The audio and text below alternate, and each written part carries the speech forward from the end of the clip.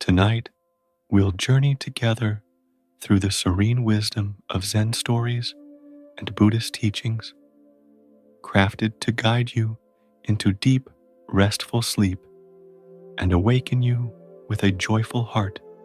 Picture a winding path through a shadowed forest at dusk, where ancient cedars stand tall, their branches cloaked in a soft, silvery mist that swirls like dreams half remembered. A single paper lantern glows ahead, its warm amber light cutting through the fog, casting a gentle halo on the mossy earth below. The air is cool, scented with the sharp tang of cedar resin and the faint dampness of twilight dew, each breath anchoring you in this tranquil moment.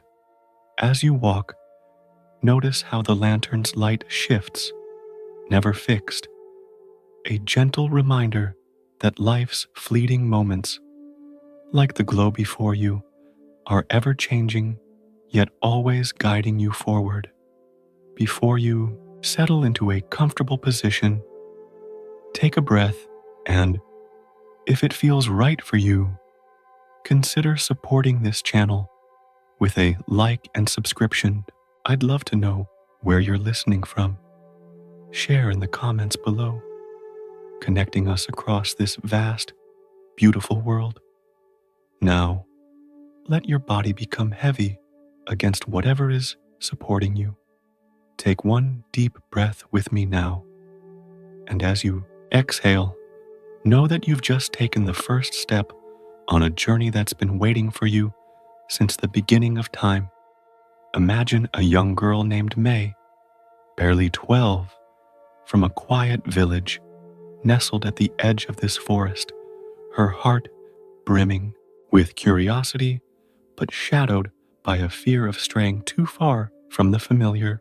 One evening, tasked with delivering a basket of medicinal herbs to a wise hermit who lives deep in the woods, May sets out as the sun dips low, her steps hesitant. The path grows dim, the cedars closing in, and her courage wanes as fog thickens, obscuring the way.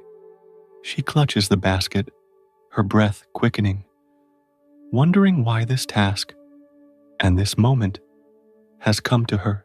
A soft glow flickers ahead, and an old woman, a Zen monk named Suki, appears, her face etched with kindness, holding a paper lantern aloft. "Why do you tremble, child?" Suki asks, her voice as steady as the light. "I'm lost," May whispers, "and I'm scared I'll fail."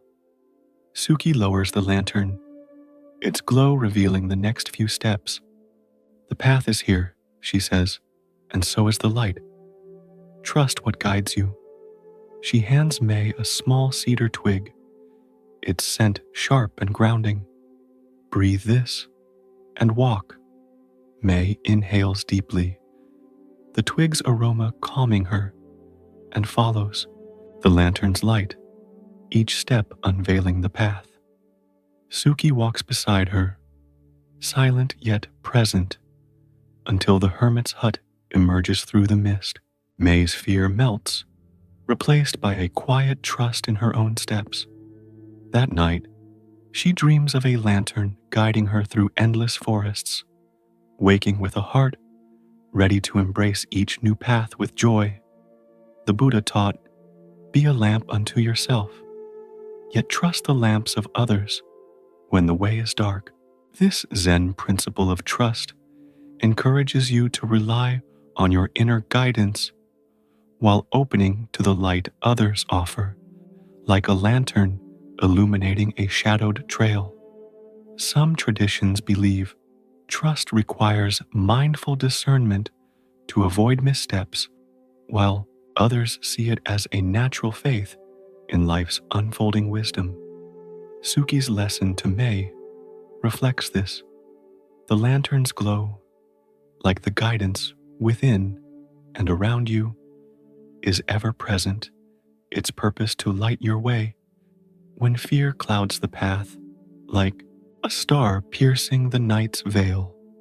What does this mean for you? May's fear mirrors your heart's quiet hesitation when faced with uncertainty, a new challenge, a daunting choice, or a moment when the path ahead feels unclear, like a trail lost in twilight fog. You may wonder why certain moments test you, their purpose hidden, like a lantern's light obscured by mist. The forest's shadowed path, lit by a single glow, is like trust. It invites you to take one step, guided by your inner wisdom and the subtle lights life offers. Like a river, finding its course through stone, Zen teaches that each uncertain moment is a chance to trust, awakening your heart to joyful presence, like a seed trusting the soil's embrace. Suki's cedar twig, small yet fragrant, shows that trust begins with a single act: breathing, moving, opening. Its simplicity, a spark of courage, like a single note in a forest's song. Her lantern-lit presence, steady in the mist, embodies a life of trusting guidance, each step a dance with the unknown, like a firefly weaving through dusk. The owl's distant hoots, soft yet clear, mirror your capacity to trust life's subtle signs, each breath a step toward clarity. Zen masters might interpret this differently. Some emphasize meditative focus to cultivate inner trust, others, the intuitive faith in life's guiding moments. Both paths lead to the same forest. Trust lights your way, like a lantern's glow, awakening joy. As you rest here, let your breath be the lantern's light, soft and steady, illuminating this moment's quiet. Can you sense a place where fear clouds your path? Perhaps a choice, a challenge, or an uncertain step? Notice it gently, like mist among the cedars. What sensations stir? A racing heart? A tense breath? Let them settle, like dew on the moss. You might reflect on a moment you felt lost, as May did. What would it feel like to trust one small step, to follow the light within you like a lantern's glow? No need to answer. Let the question drift, like cedar scent in the air. Imagine walking with Suki, the twig in your hand, its sharpness grounding you. The lantern whispers, "Trust guides, you are safe." Each breath is a chance to step forward, to rest in life's gentle guidance. As you exhale, feel your heart lighten, ready to carry this trust into your dreams, awakening joyful tomorrow. The forest's lantern-lit path fades, and now you rest on a smooth riverbank, where a quiet stream flows beneath a canopy of silver moonlight, its waters glinting like scattered stars. The air is cool, scented with the fresh dampness of river reeds and the faint sweetness of blooming honeysuckle, each breath syncing with the stream's gentle murmur, a soft lullaby of surrender. Fireflies hover above the water, their golden flickers weaving a delicate dance, like worries dissolving into the night, inviting you deeper into this moment's tranquil release. Your body sinks heavily, as if the river's soothing current cradles you. Each exhale, a letting go into the calm of now. Picture a fisherman named Jiro, who cast nets along this stream in a village cradled by misty hills. His days shaped by the water's rhythms. He works with skill, yet his heart is heavy with burdens.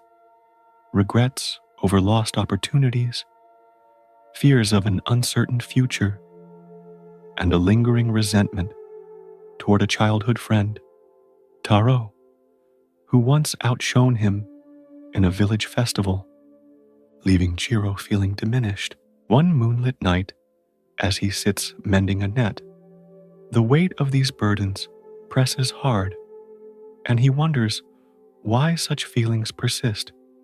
A Zen monk, Hana, appears, her robes shimmering faintly in the moonlight, her eyes tracing the stream's flow.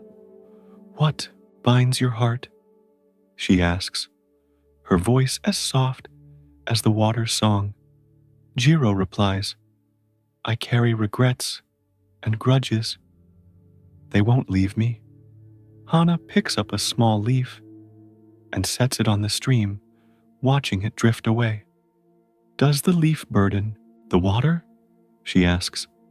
Jiro sees it float, carried effortlessly. "No," he murmurs. Hana hands him a smooth river pebble, its surface cool and worn.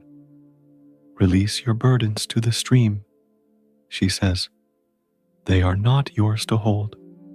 Jiro grips the pebble, then lets it slip into the water, his regrets and resentment softening like ripples fading downstream. Hana sits with him, the moonlight bright, and Jiro feels unburdened, his heart light. That night, he dreams of a stream washing his worries into the sea, waking with a joyful heart ready to live anew. The Buddha taught, the root of suffering is attachment. Release it, and you find peace. This Zen principle of non-attachment urges you to let go of burdens, regrets, fears, or grudges that weigh on your heart, like leaves carried away by a stream. Some traditions believe non-attachment requires meditative practice to dissolve clinging, while others see it as a natural surrender to life's flow. Hana's lesson to Jiro reflects this. The stream's gentle current, like life's impermanence, carries all burdens when you release them, freeing you to sleep soundly and awaken with joy, like a leaf finding rest on the water's surface. What does this mean for you? Jiro's heavy heart mirrors your own when you carry burdens, past mistakes, unspoken grudges, or fears of what lies ahead, like stones in a satchel, dimming your inner light. The moonlit stream, flowing without clinging, is like non-attachment.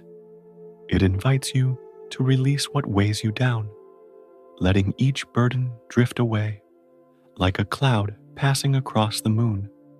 Zen teaches that holding onto regrets or resentments binds you to suffering, but letting go opens your heart to peace. Like a river clearing its path through reeds, Hana's river pebble, smoothed by countless currents, shows that release begins with a single act, acknowledging a burden, then setting it free.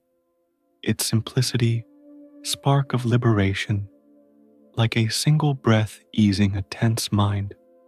Her moonlit presence, one with the stream's rhythm, embodies a life unburdened by attachment, each moment a chance to flow, like a firefly's glow in the night. The honeysuckle's sweet fragrance, drifting on the breeze, mirrors your capacity to let go, each breath a release of what no longer serves you. Zen masters might interpret this differently.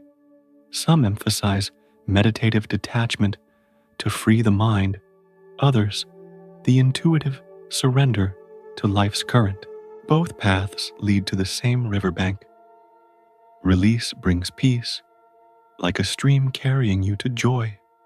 As you rest here, let your breath be the stream's gentle flow, soft and unburdened, carrying this moment's quiet Can you sense a burden you carry?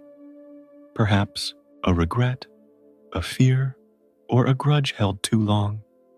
Notice it gently, like a leaf on the water's surface. What sensations stir? A heaviness in your chest, a tightness in your throat. Let them drift, like ripples fading in the moonlight. You might reflect on something you've held on to, as Jiro did. What would it feel like to release it, to let it float away like a leaf on the stream, leaving your heart light? No need to answer. Let the question settle, like honeysuckle scent in the air. Imagine sitting with Hana, the pebble in your hand, its coolness grounding you. The stream murmurs, "Let go. You are free." Each breath is a chance to release, to rest in life's flowing peace. As you exhale, feel your heart open, ready to carry this lightness into your dreams, awakening joyful tomorrow. The moonlit stream's gentle ripples fade, and now you stand before a weathered bamboo gate at dawn, its slender poles bound by hemp rope, opening to a quiet garden where dew glistens on moss-covered stones. The air is crisp, scented with the fresh tang of bamboo and the faint sweetness of early cherry blossoms, each breath sinking with the garden's serene stillness, a soft invitation to the ordinary.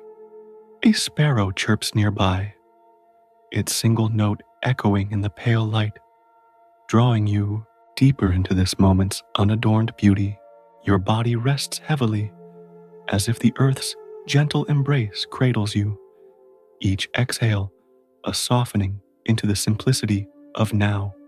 Picture a merchant named Hana, whose bustling shop in a nearby town overflows with silks and spices. Her days consumed by the pursuit of wealth and status. She thrives on complexity, always seeking grander deals, yet feels an inner restlessness, as if life's richness eludes her. One dawn, weary from sleepless nights, she wanders to this garden, drawn by its quiet gate, wondering why she feels so unfulfilled despite her success. A Zen monk, Taro, tends the moss with a bamboo rake, his movements slow and deliberate, his face calm as the morning light. "What troubles you?" Taro asks, pausing to meet her gaze. Hana replies, "I have everything, wealth, respect, but no peace. Why is it never enough?" Taro gestures to the gate, its simple poles sturdy yet unadorned. "Does the gate seek gold to stand?" he asks. Hana looks, seeing its plain elegance. "No," she murmurs. Taro hands her a single cherry blossom, its petals soft and fleeting. "Joy lives in the simple," he says. "Be here, and it's enough." Hana sits by the gate, the blossom in her hand, her racing thoughts slowing as she notices the sparrow's song, the dew's shimmer. Her need for more fades, her heart light with the ordinary's beauty. That night, she dreams of a gate opening to a world of simple joys, waking with a heart eager to live lightly. The Buddha taught, contentment is the greatest wealth. With little, one finds peace. This Zen principle of simplicity urges you to find joy in the unadorned moments of life, letting go of the pursuit of more, like a gate standing strong without ornament. Some traditions believe simplicity requires disciplined practice to quiet desires, while others see it as a natural return to life's essence when you pause with awareness. Taro's lesson to Hana reflects this. The bamboo gate, plain yet complete, embodies simplicity. Its quiet presence a guide to peace, like a single breath holding the world's joy. What does this mean for you?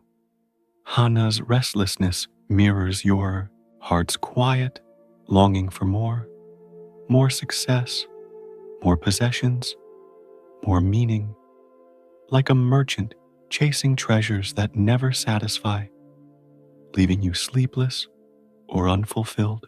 The bamboo gate, sturdy in its plainness, is like simplicity. It invites you to find joy in what is here now, the breath you take, the light around you, unburdened by the need for excess, like a sparrow's song needing no echo. Zen teaches that the pursuit of more dims your inner light, but embracing the ordinary awakens a joyful heart, like a garden blooming in silence. Taro's cherry blossom, delicate yet whole, shows that simplicity begins with noticing one small thing, a scent, a sound, a moment, its fleeting beauty, a spark of contentment, like a dewdrop reflecting the dawn. His raking, unhurried and precise, embodies a life of simple presence, each act complete in itself, like a stone resting on moss. The garden's quiet hum, alive with the chirp of sparrows, mirrors your capacity to find peace in the everyday, each breath a chance to live lightly. Zen masters might interpret this differently. Some emphasize meditative minimalism to find contentment. Others, the spontaneous joy of the unadorned moment. Both paths lead to the same garden. Simplicity awakens joy, like a gate opening to peace. As you rest here, let your breath be the sparrow's note, soft and unadorned, singing this moment's quiet. Can you sense a place where you seek more? Perhaps a desire for success, a need for recognition. Notice it gently, like dew on a stone. What sensations stir? A racing mind, a restless heart. Let them settle, like petals on the moss. You might reflect on a moment you felt unfulfilled, as Hana did. What would it feel like to find joy in one simple thing? A breath, a sound, like a blossom in your hand. No need to answer.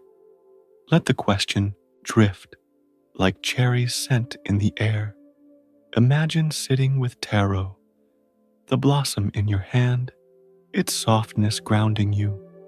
The gate whispers, simple is enough. You are whole. Each breath is a chance to rest in the ordinary, to awaken with joy. Tomorrow, as you exhale, feel your heart lighten, ready to carry this peace into your dreams. The bamboo gate's quiet garden fades, and now you stand among whispering pines in a forest clearing at sunrise, where tall trees sway gently, their needles catching the golden light of dawn. The air is fresh, scented with the sharp tang of pine sap and the faint dampness of morning mist, each breath syncing with the forest's soft hum, a chorus of rustling leaves and distant bird calls. A single ray of sunlight pierces the canopy, illuminating a carpet of soft moss, drawing you deeper into this moment's radiant presence. Your body rests heavily, as if the pine's steady roots cradle you. Each exhale a softening into the vibrant calm of now. Picture a wanderer named Cairo, his cloak tattered from years of roaming ancient Japan's wild trails, his heart restless with thoughts of past journeys and future destinations. He seeks meaning in distant places, yet feels adrift, as if life's true essence slips through his grasp like morning mist. One sunrise, He pauses in this clearing, the pines whispering softly, and wonders why peace eludes him despite his endless travels. A Zen monk, Sumi, sits on a moss-covered rock, her robes blending with the forest, her eyes tracing the sunlight's path. "What keeps you wandering?" Sumi asks, her voice gentle as the breeze. Kiro replies, "I seek purpose, but my mind races. Past regrets, future fears, never here." Sumi points to a pine needle falling, its descent slow and graceful. "Where's the needle now?" she asks. Cairo watches it land on the moss, fully present. "Here," he says. Sumi nods, handing him a single pine needle, its scent sharp and alive. "Be where you are," she says. "This moment holds all." Kiro sits, the needle grounding him, his breath slowing as he notices the pines sway, the mists drift, his racing thoughts quiet, his heart alive with the moment's fullness. That night, he dreams of a forest where every step is home, waking with a joyful heart, ready to live fully present. The Buddha taught, "Do not dwell in the past. Do not dream of the future. Concentrate the mind on the present moment." This Zen principle of mindfulness, satai, urges you to rest fully in the now, where life's joy unfolds like a needle falling to the earth. Some traditions believe mindfulness requires disciplined meditation to anchor the mind, while others see it as a natural state when you pause with awareness. Sumi's lesson to Kiro reflects this. The pine needle's fall, like each moment, is complete in its presence, guiding you to peace and joy, like a single breath holding eternity. What does this mean for you? Cairo's restless wandering mirrors your heart's tendency to stray from the present, chasing past regrets, future plans, or distant dreams. Like a traveler seeking a horizon that recedes, the whispering pines, rooted yet swaying, are like sati. They stand fully in the moment, alive to each breeze, like a heart open to now. Zen teaches that joy lies not in far-off goals, but in the vibrant now, where each breath awakens your spirit, like a forest, alive with dawn's light. Sumi's pine needle, small yet potent, shows that mindfulness begins with one focus, a sound, a sensation, a breath. Its simplicity, a gateway to presence, like a dewdrop catching the sun. Her rock-steady presence embodies a life of mindful awareness, each moment a homecoming, like a tree rooted in its own earth. The forest's soft hum, alive with bird calls, mirrors your capacity to rest in the present, each breath a chance to be fully here. Zen masters might interpret this differently. Some emphasize meditative focus to cultivate presence, others, the spontaneous joy of being now. Both paths lead to the same clearing. Mindfulness awakens joy, like pines whispering in the dawn. As you rest here, let your breath be the pine needle's fall, soft and present, landing in this moment's quiet. Can you sense a place where your mind wanders? Perhaps a regret, a plan, or a dream pulling you away. Notice it gently, like mist among the pines. What sensations stir? A racing thought, a restless heart? Let them settle, like needles on the moss. You might reflect on a moment you felt adrift, as Kiro did.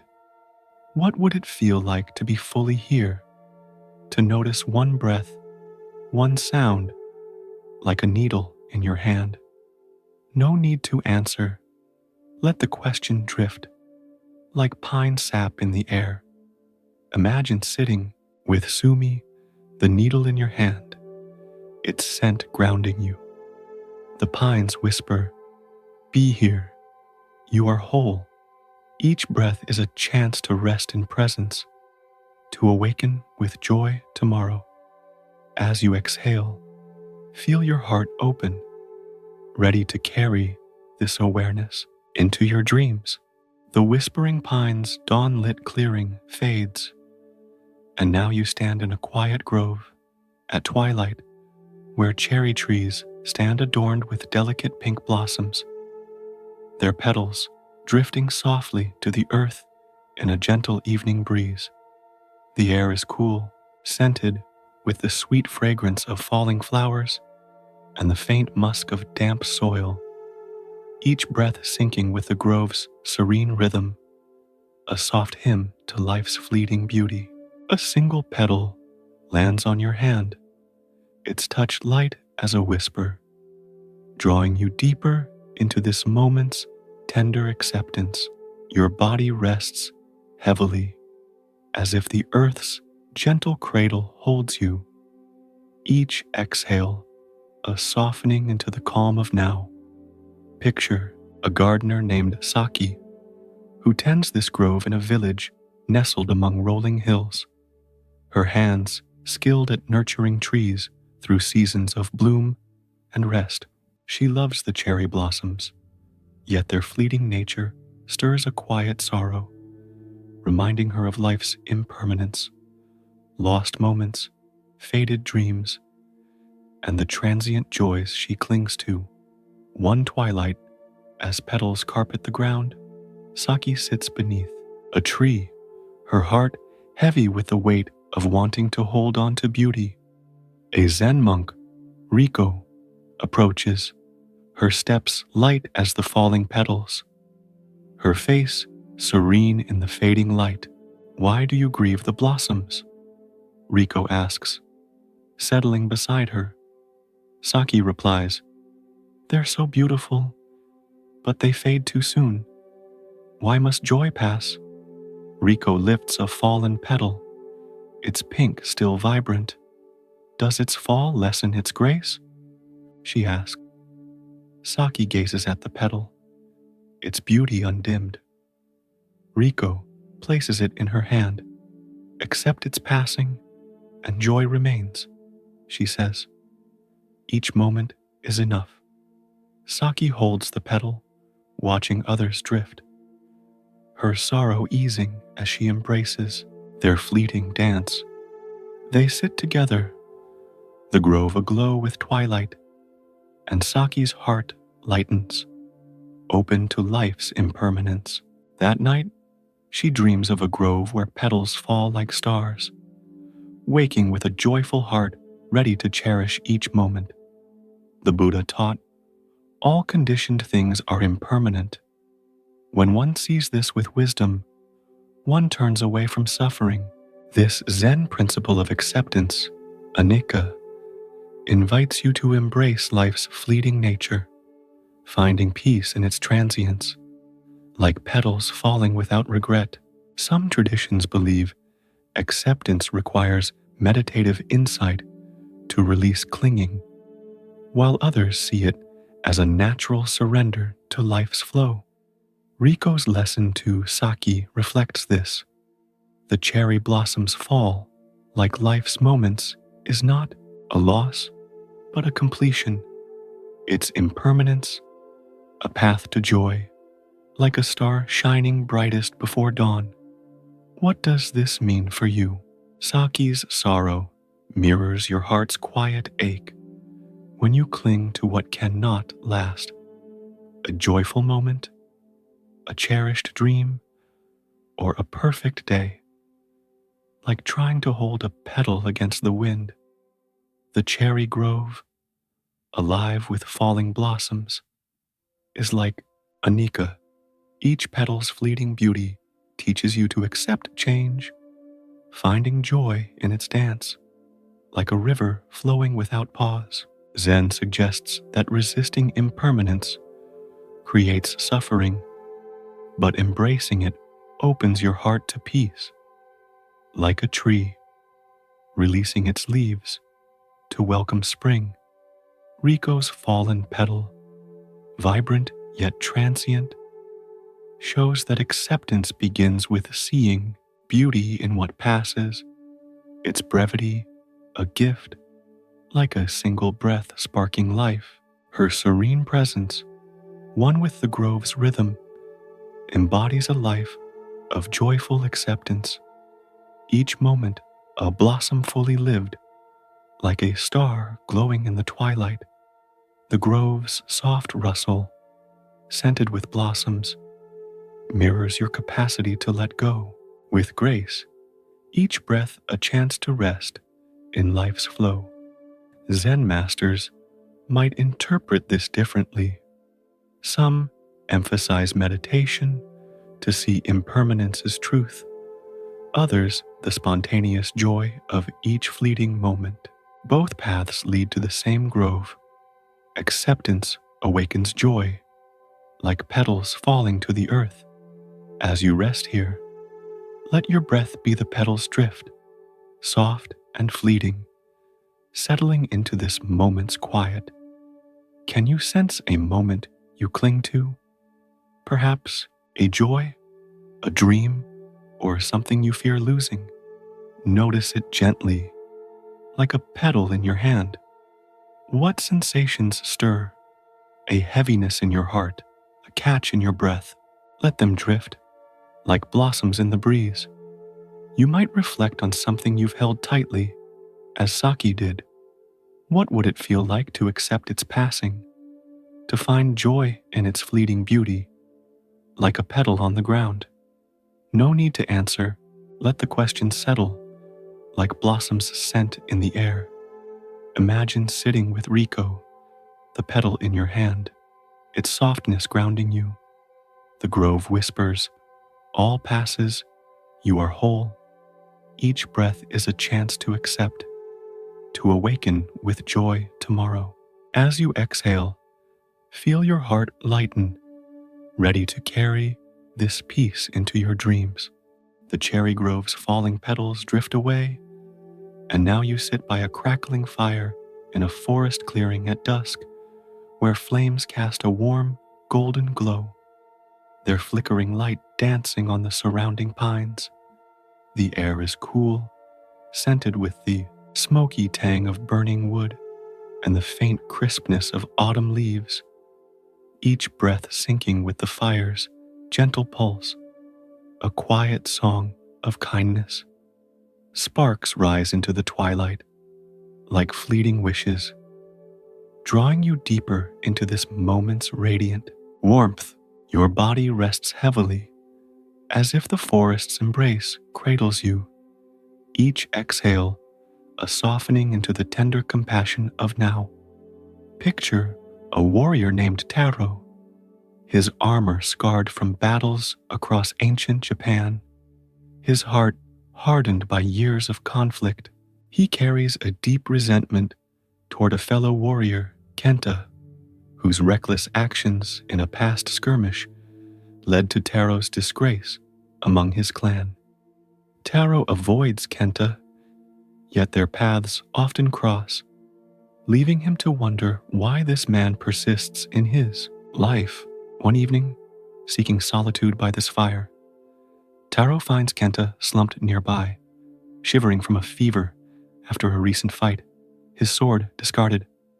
Taro's hand tightens, anger flaring, but a Zen monk, Soma, emerges from the shadows, her robes dusted with ash, her gaze as steady as the flames. "Why do you turn away?" Soma asks, kneeling to check Kenta's pulse. "He shamed me," Taro growls, his voice low. Soma stirs the fire, a spark rising. "Does the flame choose who it warms?" she asks. Taro watches the firelight touch Kenta's pale face, impartial and kind. Soma hands Taro a woolen cloth, warm from the fire's edge. "Ease his suffering," she says, "and free your heart." Reluctantly, Taro drapes the cloth over Kenta, who stirs, his eyes meeting Taro's with quiet thanks. The fire's glow softens Taro's anger, like ice melting in spring. That night, he dreams of a fire warming a battlefield, waking with a joyful heart open to kindness. The Buddha taught, hatred does not cease by hatred, but only by love. This is the eternal rule. This Zen principle of compassion, karuna, urges you to meet suffering, yours or another's, with a kind heart, transforming pain into peace like a flame warming a cold night. Some traditions believe compassion requires meditative practice to dissolve ego, while others see it as a natural response to shared humanity. Soma's lesson to Taro reflects this. Kenta's suffering, like the fire's impartial glow, calls for kindness, its warmth healing both giver and receiver, like a river smoothing sharp stones. What does this mean for you? Taro's resentment mirrors your heart's quiet struggle to hold on to grudges, past hurts, betrayals, or slights that smolder like embers, stealing your inner joy. You may wonder why certain people stir such feelings, their presence a puzzle, like a spark in the dark. The firelight, glowing without judgment, is like karuna. It invites you to offer kindness, even to those who've wronged you, like a breeze scattering seeds across a field. Zen teaches that compassion is a gift you give yourself, freeing your heart to sleep soundly and awaken joyful. Like a dawn breaking through clouds, Soma's woolen cloth, warmed by the fire, shows that compassion begins with a single act, a kind thought, a gentle gesture, its warmth rippling outward like a spark igniting a hearth. Her ash-dusted presence embodies a life of boundless kindness, each act a flame in the world's darkness. Like a star piercing the night, the fire's crackle, alive with the scent of pine, mirrors your capacity to soften your heart. Each breath a chance to nurture compassion. Zen masters might interpret this differently. Some focus on compassion as a meditative cultivation, others as an instinctive response to suffering. Both paths lead to the same clearing. Compassion awakens joy like a firelight warming the soul. As you rest here, let your breath be the fire's glow, soft and warm, lighting this moment's quiet. Can you sense a grudge you hold? Perhaps a hurt, a betrayal, or an unresolved pain? Notice it gently, like a spark rising from the flames. What sensations stir? A heat in your chest, a clench in your jaw? Let them drift like ashes in the breeze. You might reflect on someone who stirred your anger, as Taro did with Kenta. What would it feel like to offer them a small act of kindness, even in thought, like a cloth warmed by the fire? No need to answer. Let the question settle, like pine, smoke in the air. Imagine sitting with Soma, the cloth in your hand, its warmth grounding you. The fire whispers, kindness heals. You are whole. Each breath is a chance to nurture compassion, to awaken with joy tomorrow. As you exhale, feel your heart open, ready to carry this warmth into your dreams. The firelight's warm glow fades, and now you sit within the cool stone walls of a Zen temple at dawn, where a great bronze bell hangs in a wooden tower, its surface etched with ancient sutras that catch the soft light of morning. The air is still, scented with sandalwood incense and the faint dampness of dew on stone, each breath syncing with the temple's quiet pulse, a gentle rhythm of inner knowing. A single chime resonates, its echo dissolving into a profound silence, drawing you deeper into this moment's serene clarity. Your body rests heavily, as if the temple's stillness cradles you. Each exhale, a softening into the radiant insight of now. Picture a poet named Emmy, who lives in a village near this temple, her days spent crafting verses to capture the fleeting beauty of life. Her words flow with grace, yet her heart is restless, seeking deeper truths to fill an inner emptiness, often wondering why she feels unmoored despite her art. One dawn, seeking solace, she visits the temple and finds a Zen monk, Kiro, sweeping the stone courtyard with a bamboo broom, his movements slow and deliberate, his face calm as the morning mist. Emmy shares her longing. I write of beauty, but my heart feels hollow. Where is the truth I seek? Kiro pauses, striking the bell gently, its deep tone vibrating through the temple, then fading into silence. What do you hear? He asks. Emmy listens, the silence vast and alive. Nothing, she replies, then pauses, feeling its depth. Cairo nods. Insight lives in the pause, he says. Rest there, and truth shines. He hands her a small incense stick, its tip unlit. Light this, and be still. Emmy lights the incense, its smoke curling upward, and sits, the silence revealing a quiet wisdom within. Her restlessness fades, her heart full of the moment's truth. That night, she dreams of a bell whose silence sings of peace, waking with a joyful heart ready to embrace each day's insight. The Buddha taught, in the stillness of the mind, the truth of all things is revealed. This Zen principle of stillness emphasizes that insight arises in the quiet pause of a mindful heart, like a bell's echo fading into clarity.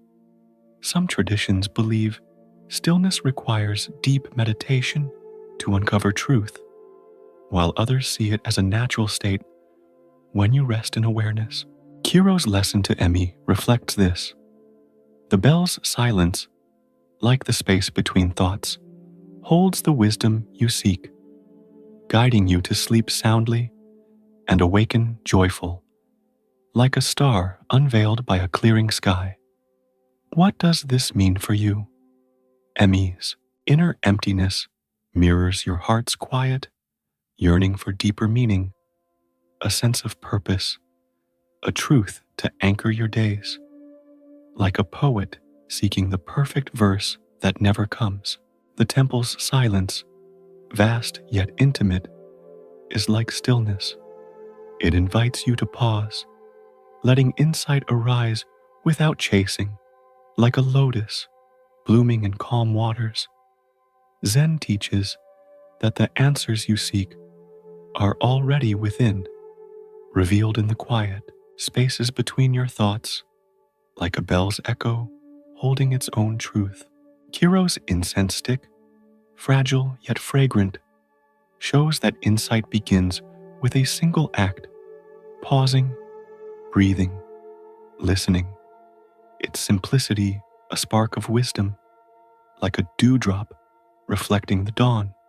His sweeping, unhurried, and precise embodies a life of still awareness, each moment a doorway to truth.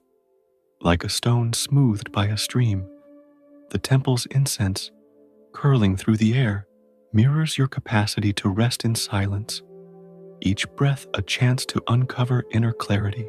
Zen masters might interpret this differently. Some emphasize meditative stillness to find wisdom, others, the spontaneous insight of a quiet mind. Both paths lead to the same temple. Stillness awakens joy, like a bell's silence revealing truth. As you rest here, let your breath be the bell's echo, soft and spacious, resonating in this moment's quiet. Can you sense a longing for answers, perhaps a purpose, a truth you seek? Notice it gently, like smoke curling from the incense. What sensations stir? A restless mind? A heavy heart? Let them settle, like dew on the temple stones. You might reflect on a moment you felt lost, as Emmy did. What would it feel like to pause in silence, to let insight arise like a bell's quiet truth? No need to answer. Let the question drift, like sandalwood in the dawn. Imagine sitting with Kiro, the incense in your hand, its scent grounding you. The bell whispers, silence reveals. You are wise. Each breath is a chance to rest in stillness, to awaken with joy tomorrow. As you exhale, feel your heart open, ready to carry this insight into your dreams. The temple's silent bell fades, and now you walk a winding stone path through a sunlit valley where smooth pebbles gleam underfoot, their surfaces polished by countless steps. The air is warm, scented with the dry tang of sun-baked earth and the faint sweetness of wild lavender growing among the rocks. Each breath syncing with the path's quiet rhythm, a steady pulse of purpose. A distant hawk soars, its cry sharp against the valley's hum, drawing you deeper into this moment's grounded calm. Your body rests heavily, as if the stone's enduring presence cradles you.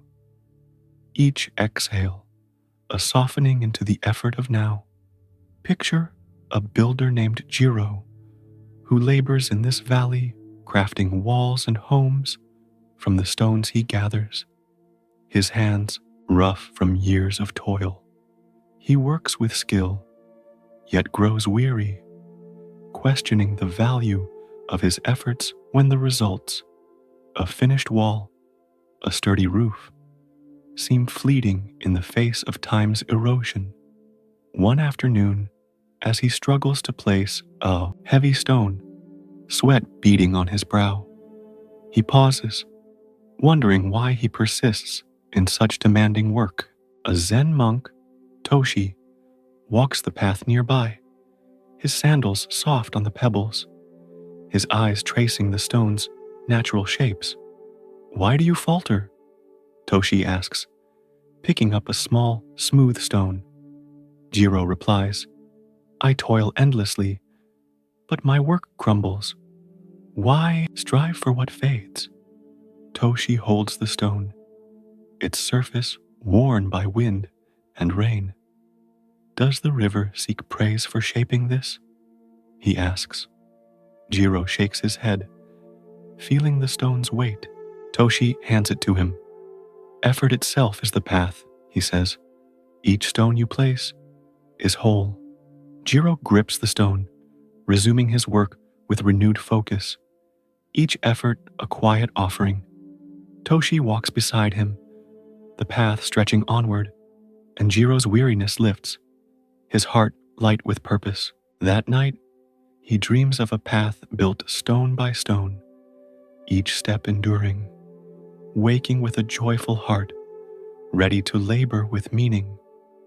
The Buddha taught, "Do not be attached to the fruits of your actions. Strive with diligence." This Zen principle of effort without attachment, karma yoga, urges you to pour your heart into each task while releasing the need for lasting results, finding peace in the act itself, like a river flowing without seeking the sea.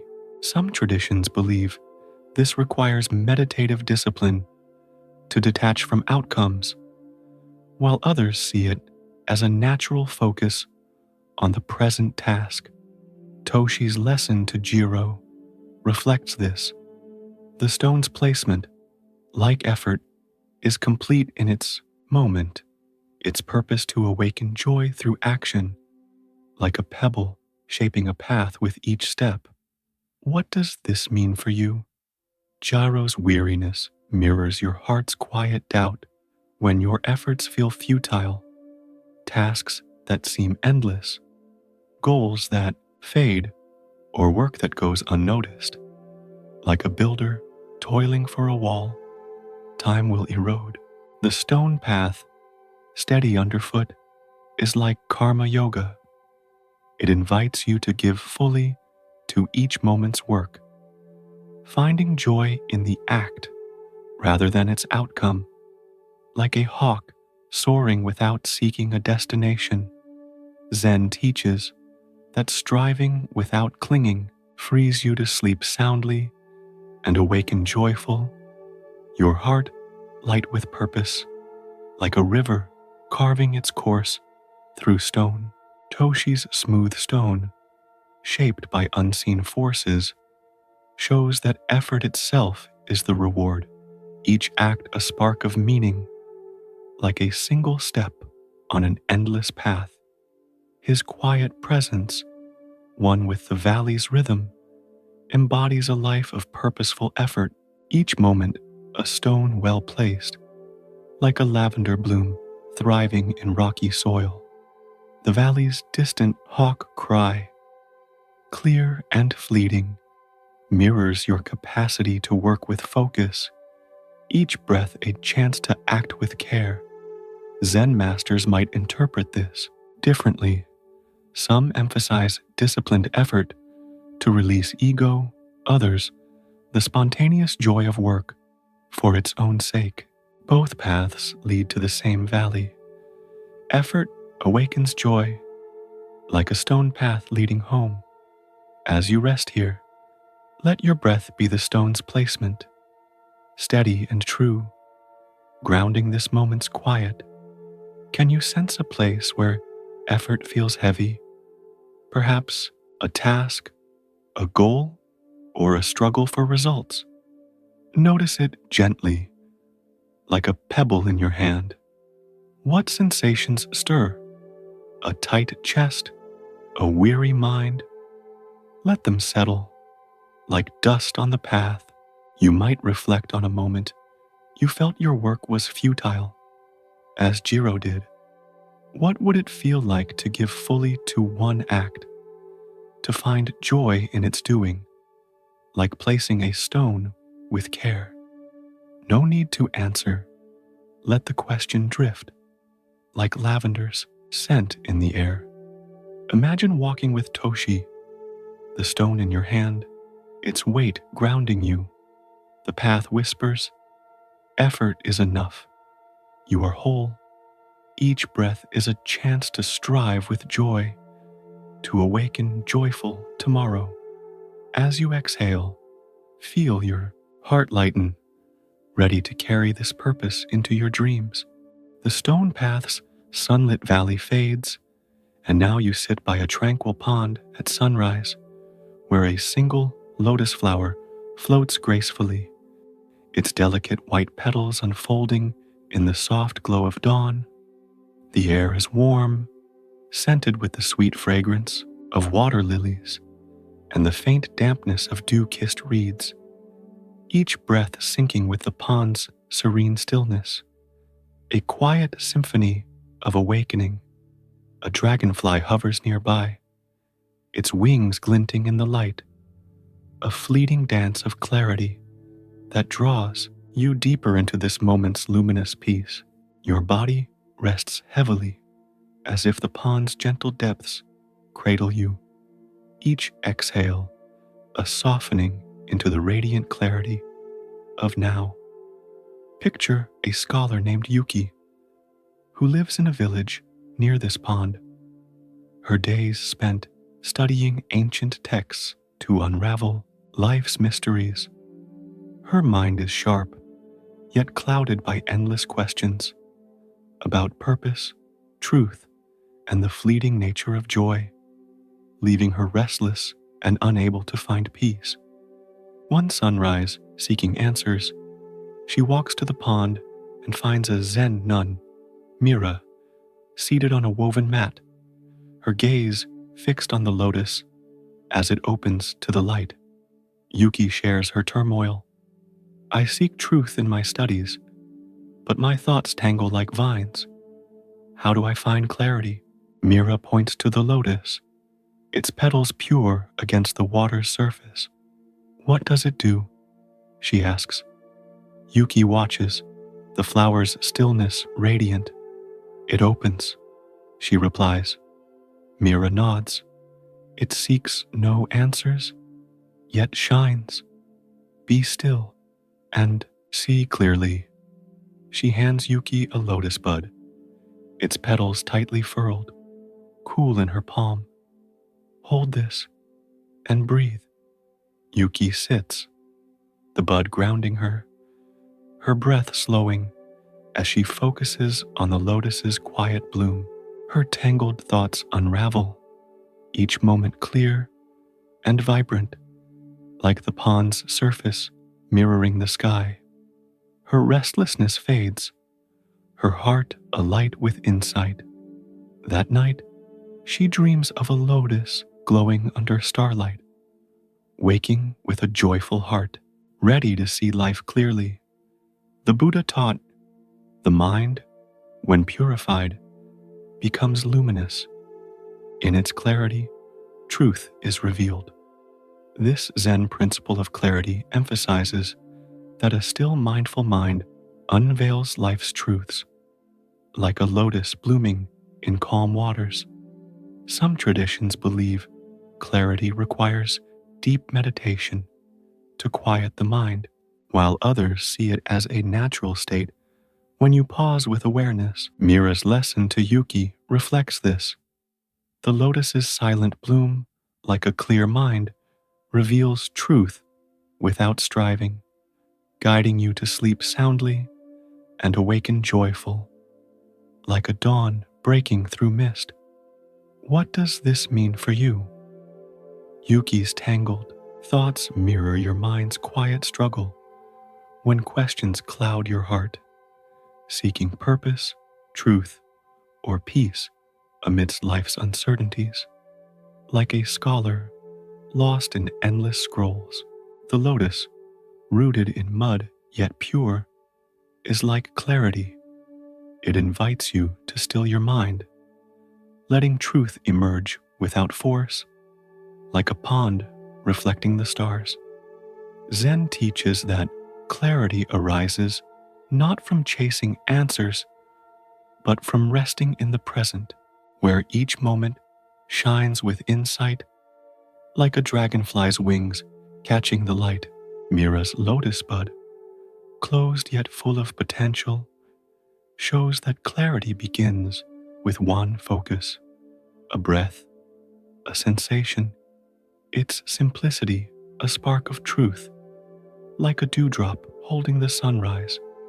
Her woven mat, grounded by the pond, embodies a life of clear awareness, each moment a mirror of reality, like a reed standing tall in the breeze. The pond's gentle ripples, scented with lilies, mirror your capacity to find clarity in stillness, each breath a chance to see with a luminous mind. Zen masters might interpret this differently. Some emphasize meditative discipline to purify the mind. Others, the spontaneous insight of a quiet heart. Both paths lead to the same pond. Clarity awakens joy, like a lotus blooming in dawn's light. As you rest here, let your breath be the lotus's bloom, soft and unfolding, illuminating this moment's quiet. Can you sense a question clouding your mind? Perhaps a search for purpose, a need for answers. Notice it gently, like a ripple on The pond's surface. What sensations stir? A racing thought, a heavy brow. Let them settle. Like dragonflies on the water, you might reflect on a moment you felt unclear, as Yuki did. What would it feel like to pause, to focus on one breath, like a lotus opening to the light? No need to answer. Let the question drift, like lilies scent in the air. Imagine sitting with Mira, the lotus bud in your hand, its coolness grounding you. The pond whispers, clarity shines. You are whole. Each breath is a chance to rest in stillness, to awaken with joy tomorrow. As you exhale, feel your heart open, ready to carry this insight into your dreams. The lotus pond's serene clarity fades, and now you sit in a sunlit courtyard where an ancient loom stands beneath a flowering apricot tree, its wooden frame worn smooth by countless hands. Threads of azure, saffron, and deep crimson hang in orderly rows, catching the golden light like a woven sunset, their colors vibrant against the soft hum of cicadas in the blossoms above. The air is warm, scented with sweet apricots and the faint musk of wool, each breath weaving you into the courtyard's tranquil rhythm, a quiet hymn to unity, a single thread phrase swaying in the breeze, a gentle reminder of life's interconnected tapestry. Your body rests heavily, as if the loom's steady presence cradles you. Each exhale a softening into the radiant connection of now. Picture a weaver named Aiko, whose intricate tapestries adorn the homes of her hillside village, each pattern a story of the heart, skilled but solitary. She often feels isolated, wondering why her life seems to lack the warmth she weaves into her work, and why certain people, neighbors, travelers, friends, seem to drift in and out without lasting bonds. One morning, as she works a new design, a vital thread phrase, threatening to unravel her creation. In frustration, she pauses, feeling the weight of her loneliness. A Zen monk, Haru, enters the courtyard, his sandals soft on the stone path, his eyes tracing the loom's vibrant threads. "Why do you stop?" Haru asks, his voice calm as the cicadas' song. Aiko replies, "This flaw ruins my work, and I feel alone. Why do people come and go?" Haru lifts the frayed thread, its color still bright. "Is the tapestry only this thread?" he asks. Aiko looks at the weave, its countless strands entwined. Haru hands her an apricot blossom, its petals soft and fleeting. "Each person is a thread woven with you," he says. "See their connection." Aiko knots the fray, guided by Haru's steady presence, the flaw blending into the pattern. The tapestry glows, and Aiko feels the village's lives entwined with hers, her heart alight with unity. That night, she dreams of a loom spanning the heavens, each thread a bond, waking with a joyful heart ready to embrace her connections. The Buddha taught, nothing exists independently. Everything arises in dependence on other things. This Zen principle of pratitya samutpada, dependent origination, reveals that you are woven into a vast web of connections, each person in your life, a thread in your spiritual growth, like a single strand strengthening a tapestry. Some traditions believe this interdependence requires meditative insight to fully realize, while others see it as a lived truth in every relationship. Haru's lesson to Aiko reflects this. The frayed thread, like each person, is not separate, but part of a greater whole. Its purpose to awaken unity, like a ripple merging with the sea. What does this mean for you? Aiko's loneliness mirrors your heart's quiet ache when you feel disconnected, wondering why relationships fade or why you feel apart from others. Like a weaver seeing only a single thread, the loom's interwoven strands, each reliant on the others, are like pratityasamutpada. Every person in your life, from fleeting strangers to lifelong friends, is a thread in your tapestry, their presence shaping your joy like a single note harmonizing in a song. Zen teaches that recognizing this interconnectedness dissolves isolation, awakening a heart that sleeps soundly and rises joyful, like a village bound by shared threads. Haru's apricot blossom, vibrant yet ephemeral, shows that even brief connections contribute to the whole, their beauty enduring in the pattern, like a petal pressed in a book. His calm presence, one with the courtyard's rhythm, embodies a life of unified awareness, each moment a thread in the world's weave, like a cicada's song joining the breeze. The courtyard's warm light, scented with apricots, mirrors your capacity to see all as connected, each breath a chance to weave unity. Zen masters might interpret this differently. Some emphasize meditation to see interdependence, others, the intuitive embrace of each bond. Both paths lead to the same courtyard. Connection awakens joy, like a tapestry of countless threads. As you rest here, let your breath be a thread, weaving through the fabric of this moment, linked to all around you. Can you sense a moment of disconnection, perhaps a lost bond, a sense of isolation? Notice it gently, like the frayed thread in the breeze. What sensations stir? A weight in your chest, a quiet longing. Let them rest, like petals on the stone path. You might reflect on someone in your life, as Aiko did.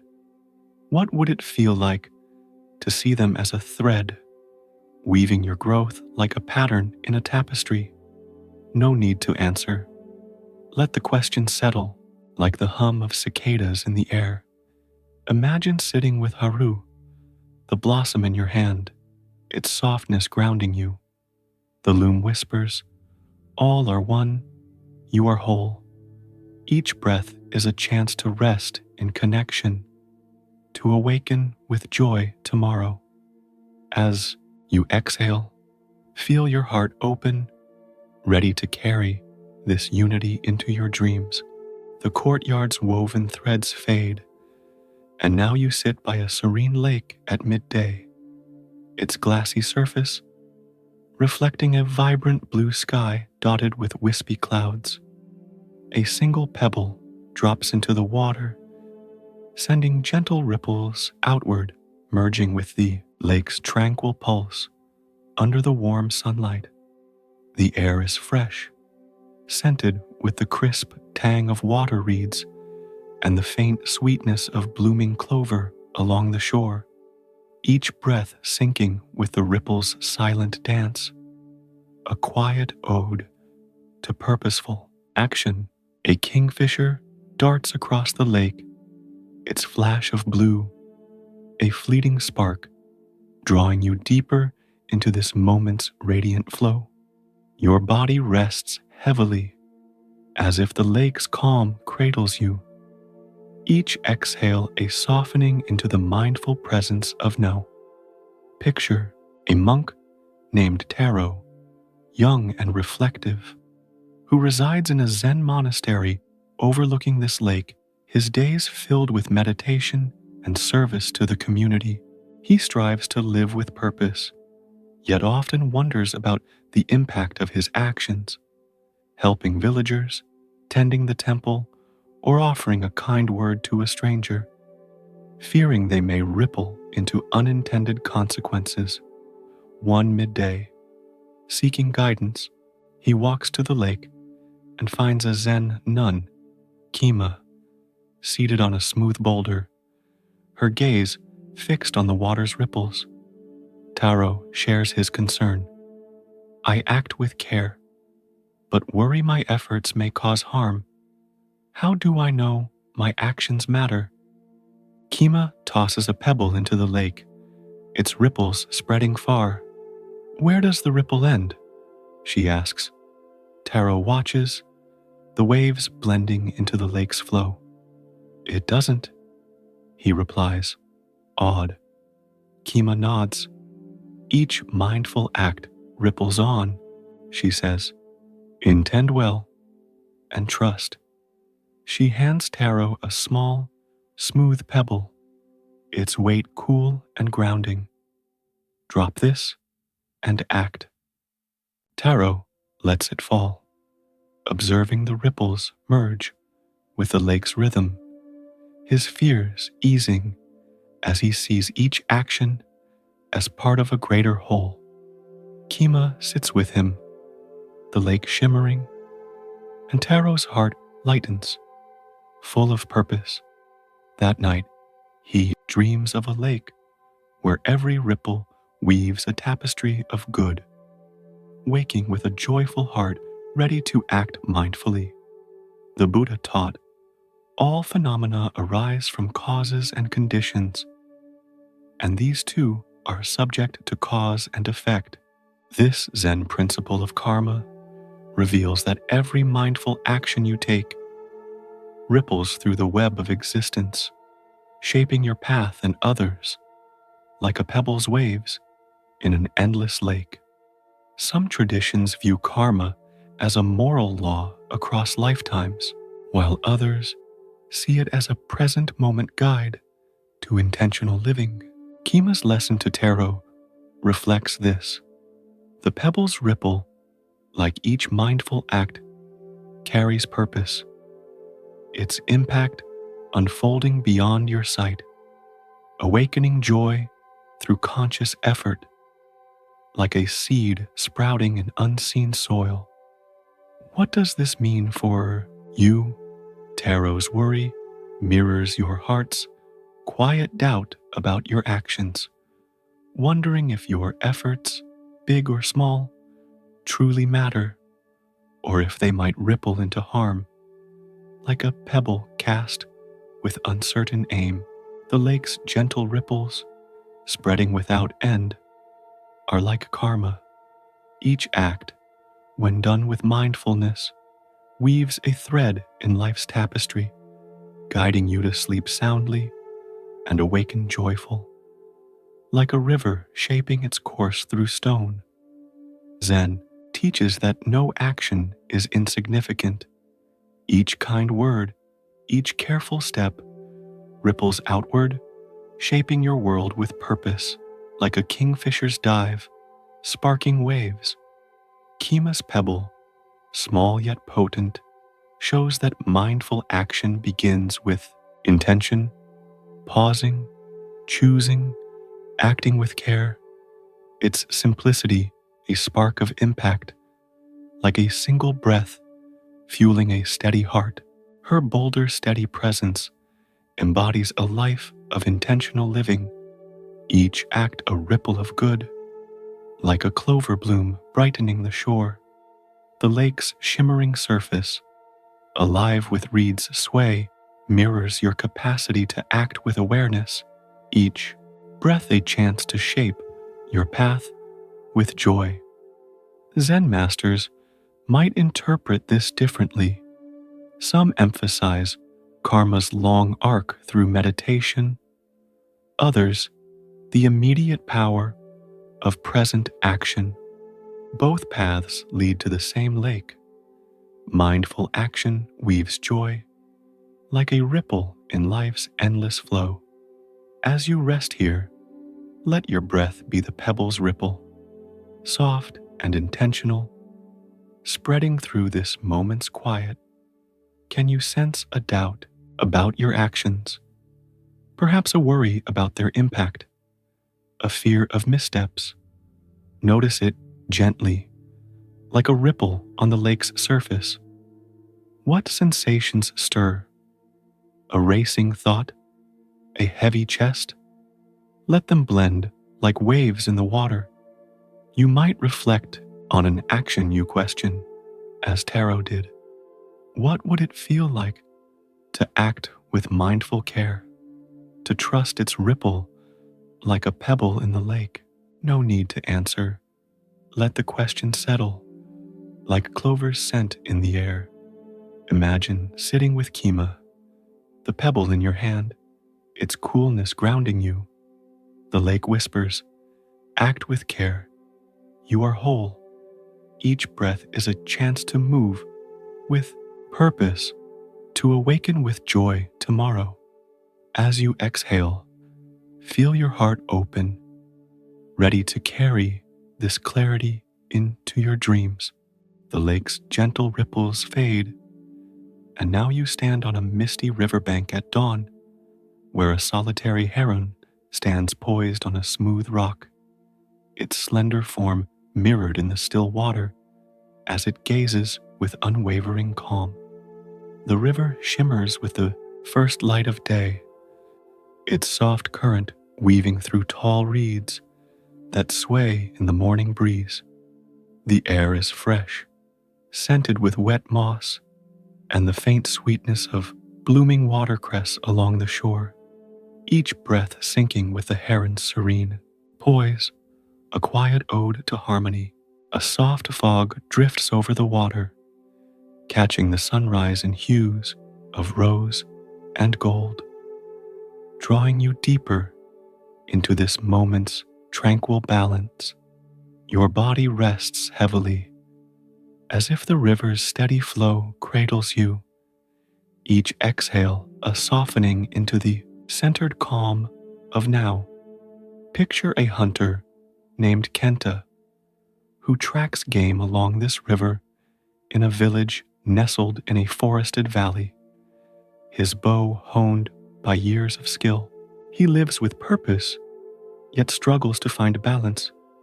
His days swing between restless ambition and moments of doubt, leaving him wondering how to steady his heart. One dawn, pausing to rest by the river, he notices the heron, its balance perfect, unmoved by the current's gentle tug. A Zen monk, Yori, sits nearby on a woven mat, carving a small wooden flute, his movements calm and precise. Kenta shares his struggle.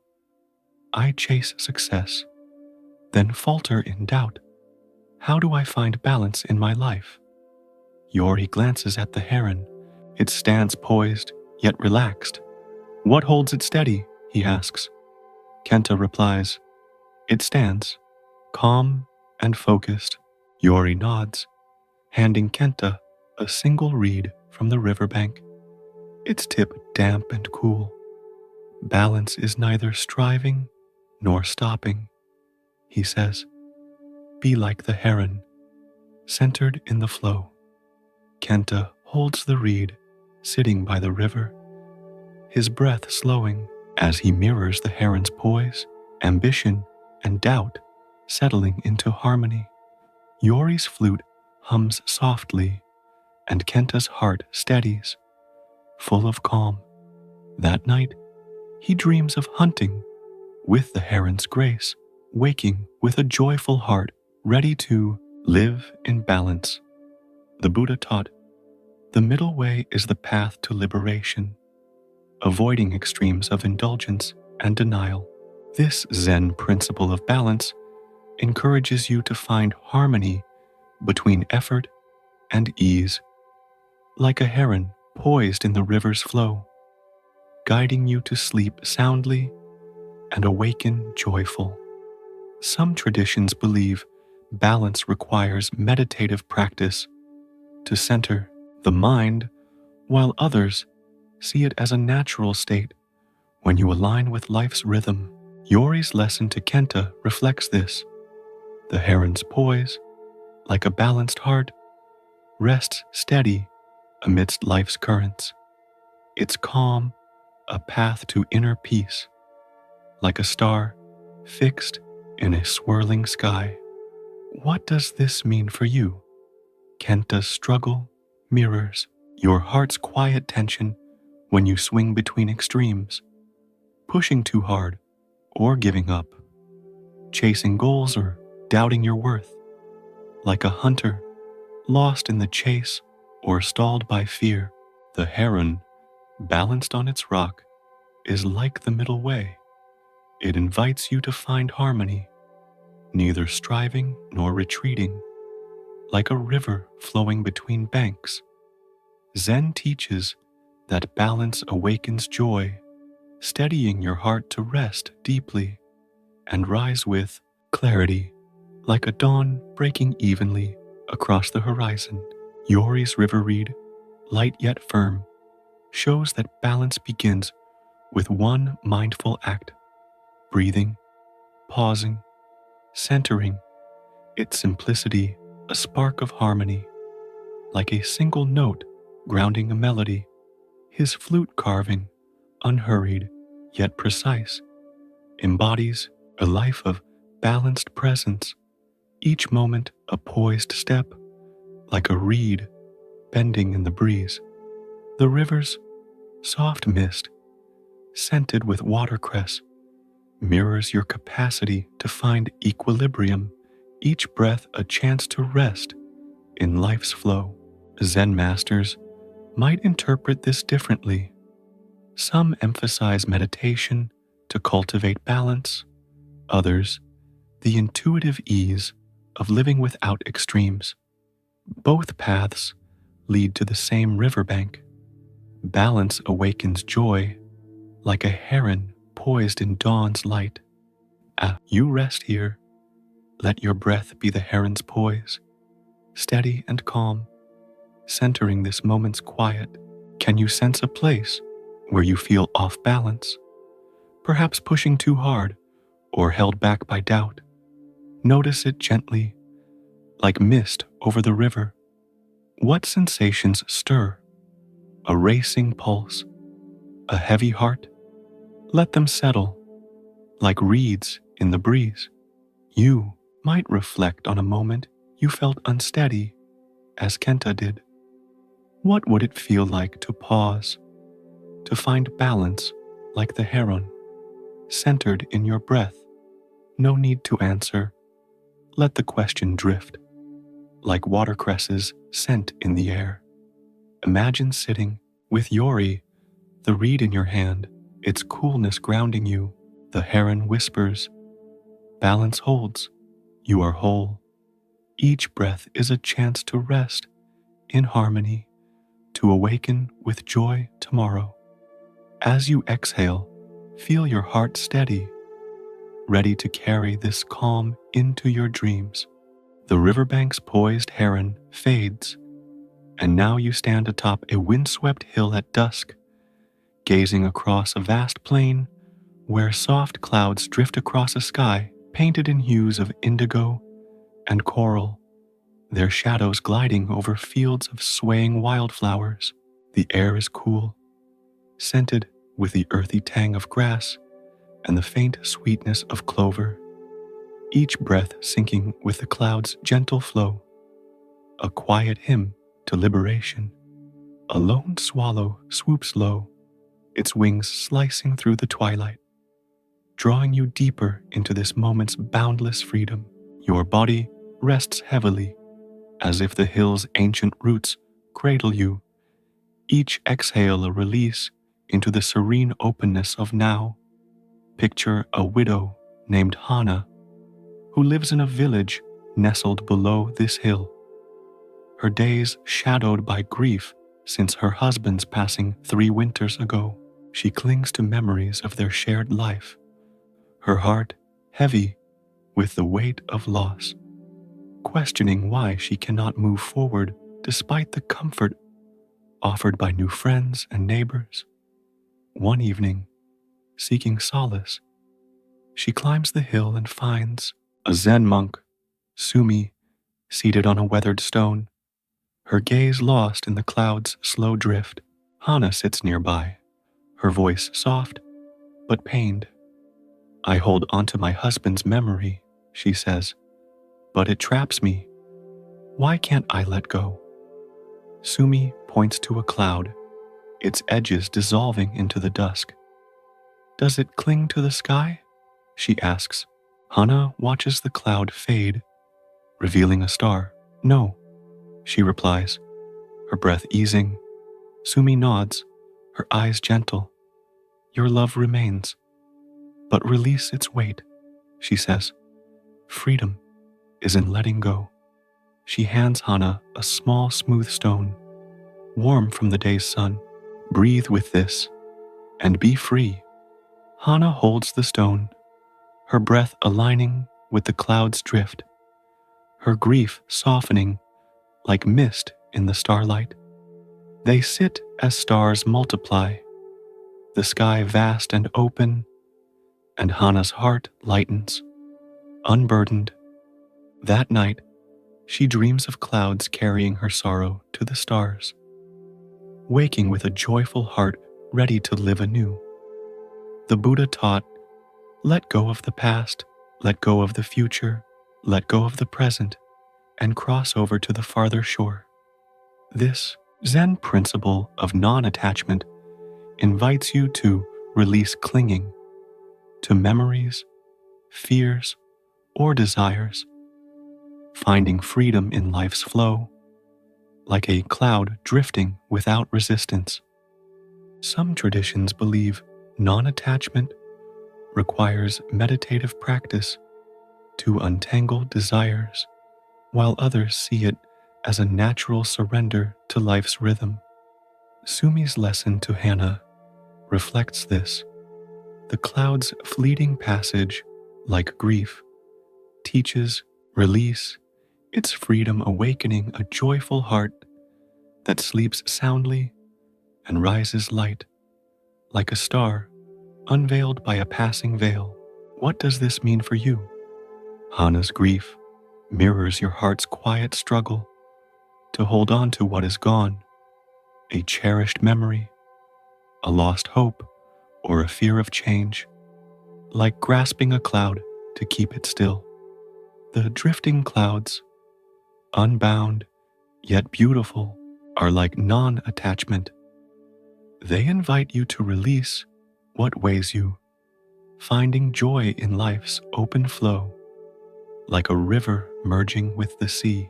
Zen teaches that clinging traps your heart, but letting go frees you to rest deeply and awaken with a light spirit, like a swallow soaring without chains. Sumi's sun-warmed stone, solid yet fleeting, shows that release begins with a single act, acknowledging, then softening, its warmth a spark of freedom. Like a breath easing a burdened mind, her stone-steady presence embodies a life of liberated awareness. Each moment a chance to flow, like a cloud across the horizon. The clover's sweet scent, carried on the breeze, mirrors your capacity to let go with grace. Each breath a step toward liberation. Zen masters might interpret this differently. Some emphasize meditative insight to release attachment, others, the spontaneous joy of a free heart. Both paths lead to the same hilltop. Freedom awakens joy, like clouds drifting to reveal the stars. As you rest here, let your breath be the cloud's drift, soft and unbound, gliding through this moment's quiet. Can you sense something you cling to? Perhaps a memory, a fear, or a hope held tightly? Notice it gently, like a cloud crossing the sky. What sensations stir? A heaviness in your chest, a quiet ache. Let them float, like mist dissolving in starlight. You might reflect on something you've held on to, as Hana did. What would it feel like to release it with love, to let it drift like a cloud, freeing your heart? No need to answer. Let the question settle, like clover's scent in the air. Imagine sitting with Sumi, the stone in your hand, its warmth grounding you. The clouds whisper, "Release, you are free." Each breath is a chance to let go, to awaken with joy tomorrow. As you exhale, feel your heart lighten, ready to carry this freedom into your dreams. The hilltops' drifting clouds fade, and now you sit in a sunlit pottery shed where soft beams stream through a bamboo window, illuminating a clay-dusted wheel and shelves lined with earthen vessels. The air is warm, scented with the rich, damp tang of wet clay and the faint sweetness of dried jasmine hanging from the rafters, each breath sinking with the shed's quiet craft. A gentle ode to imperfection. A cracked ceramic vase rests on the workbench, its jagged lines glinting in the light, a silent testament to life's flawed beauty. Your body rests heavily, as if the clay's earthy weight anchors you. Each exhale, a softening into the radiant acceptance of now. Picture an artisan named Kumi, whose skilled hands shape clay into vases for her village's market, each piece a meditation on form. She seeks perfection, her heart heavy with frustration when her creations fall short, often discarding flawed works as unworthy. One morning, as she shapes a new vase, a hairline crack forms, ruining its smooth surface. In dismay, she sets it aside, questioning why she cannot achieve flawlessness. A Zen monk, Soma, enters the shed, her robes flecked with morning dew, her gaze soft as the light on the cracked vase. "Why cast this aside?"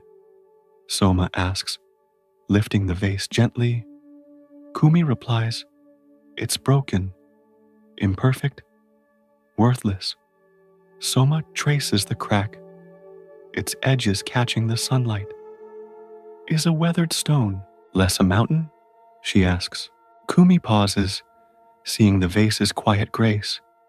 Soma hands her a small jar of gold lacquer. "Mend it and see its beauty," she says. "Flaws are life's art." Kumi applies the lacquer, the crack transforming into shimmering veins, the vase radiant in its imperfection. Soma's presence steadies her, and Kumi's heart lifts, embracing her flaws. That night, she dreams of a garden where cracked vases bloom like stars, waking with a joyful heart ready to cherish life's imperfections. The Buddha taught, all conditioned things are subject to decay. Strive on with diligence.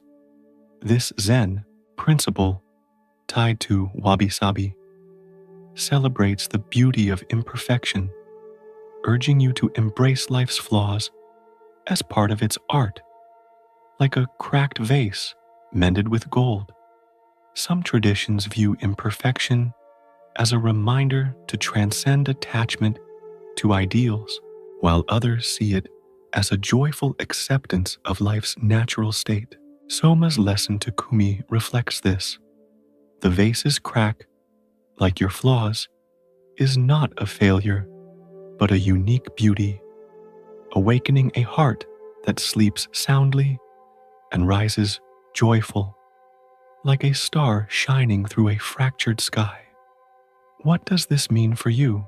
Kumi's frustration mirrors your heart's quiet struggle with your own imperfections, mistakes, insecurities, or perceived shortcomings.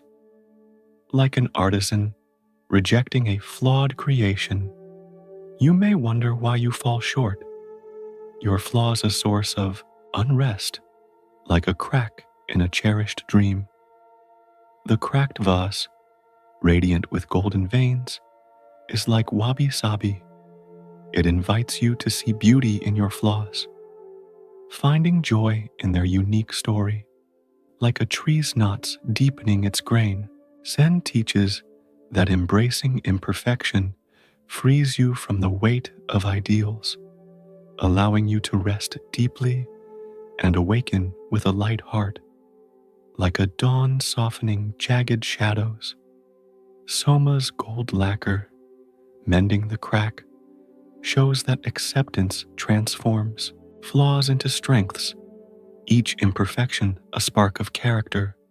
Like a scar weaving wisdom into your life, her dew-flecked presence embodies a life that cherishes the imperfect, each moment a flawed masterpiece. Like jasmine drying in the sun, the shed's warm light, scented with clay, mirrors your capacity to love your flaws, each breath a chance to mend with grace. Zen masters might interpret this differently. Some emphasize detachment from perfection through meditation, others, the spontaneous joy of life's imperfections. Both paths lead to the same shed. Imperfection awakens joy, like a cracked vase shining whole.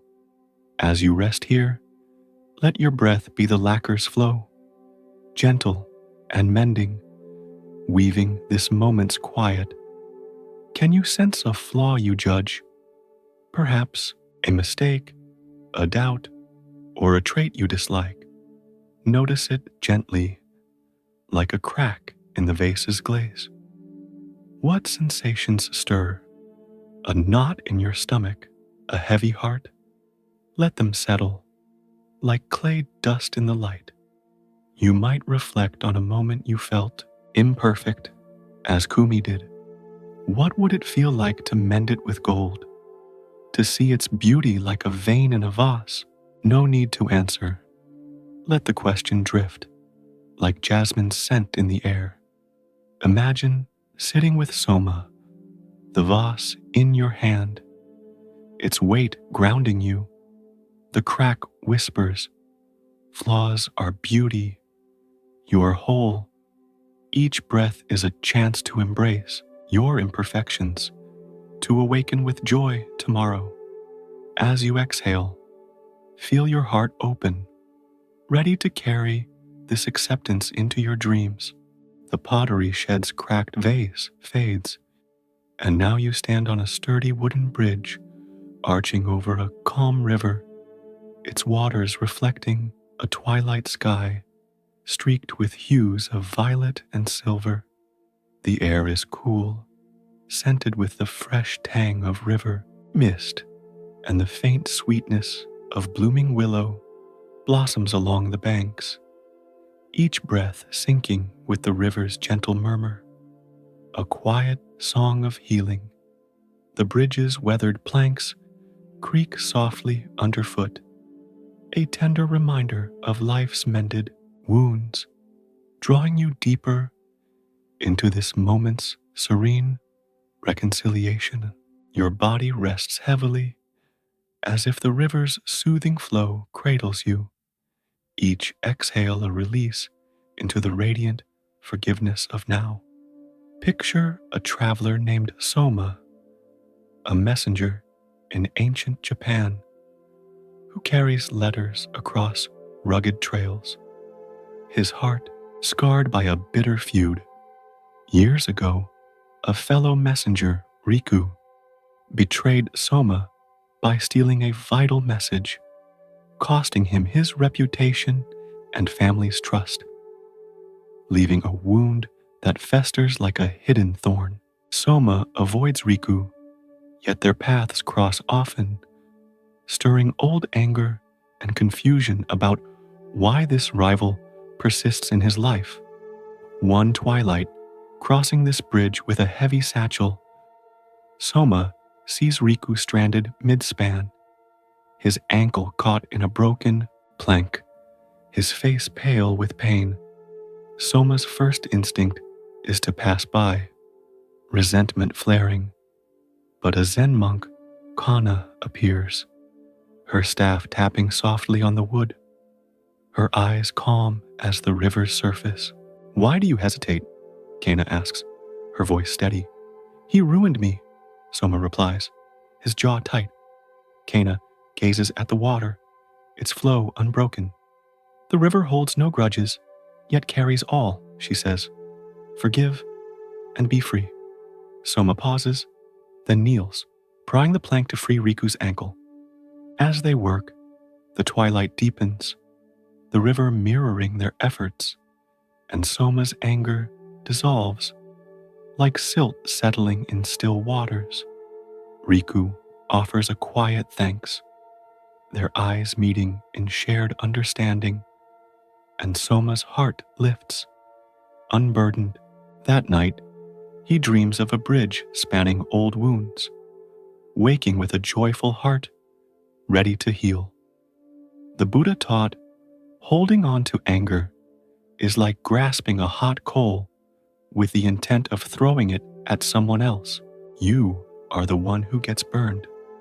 This Zen principle of forgiveness urges you to release resentment, not for another's sake, but for your own liberation, like a coal dropped to cool your hand. Some traditions believe forgiveness requires compassionate meditation to soften the heart, while others see it as a swift choice to let go. Kana's lesson to Soma reflects this. Riku's presence, like the river's flow, offers a chance to forgive, its purpose to heal your heart, awakening a joy that lets you sleep soundly and rise light, like a dawn washing away shadows. What does this mean for you? Soma's resentment mirrors your heart's quiet burden when you hold on to old hurts, betrayals, slights, or wounds that linger, like coals smoldering in your chest, stealing your peace. You may wonder why certain people stir such pain, their role in your life unclear, like a storm cloud darkening a clear sky. The river bridge, worn yet strong, is like forgiveness.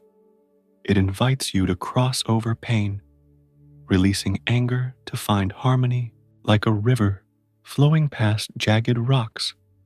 Zen teaches that forgiveness is a gift to yourself, freeing you to rest deeply and awaken with a joyful heart, like a willow bending without breaking.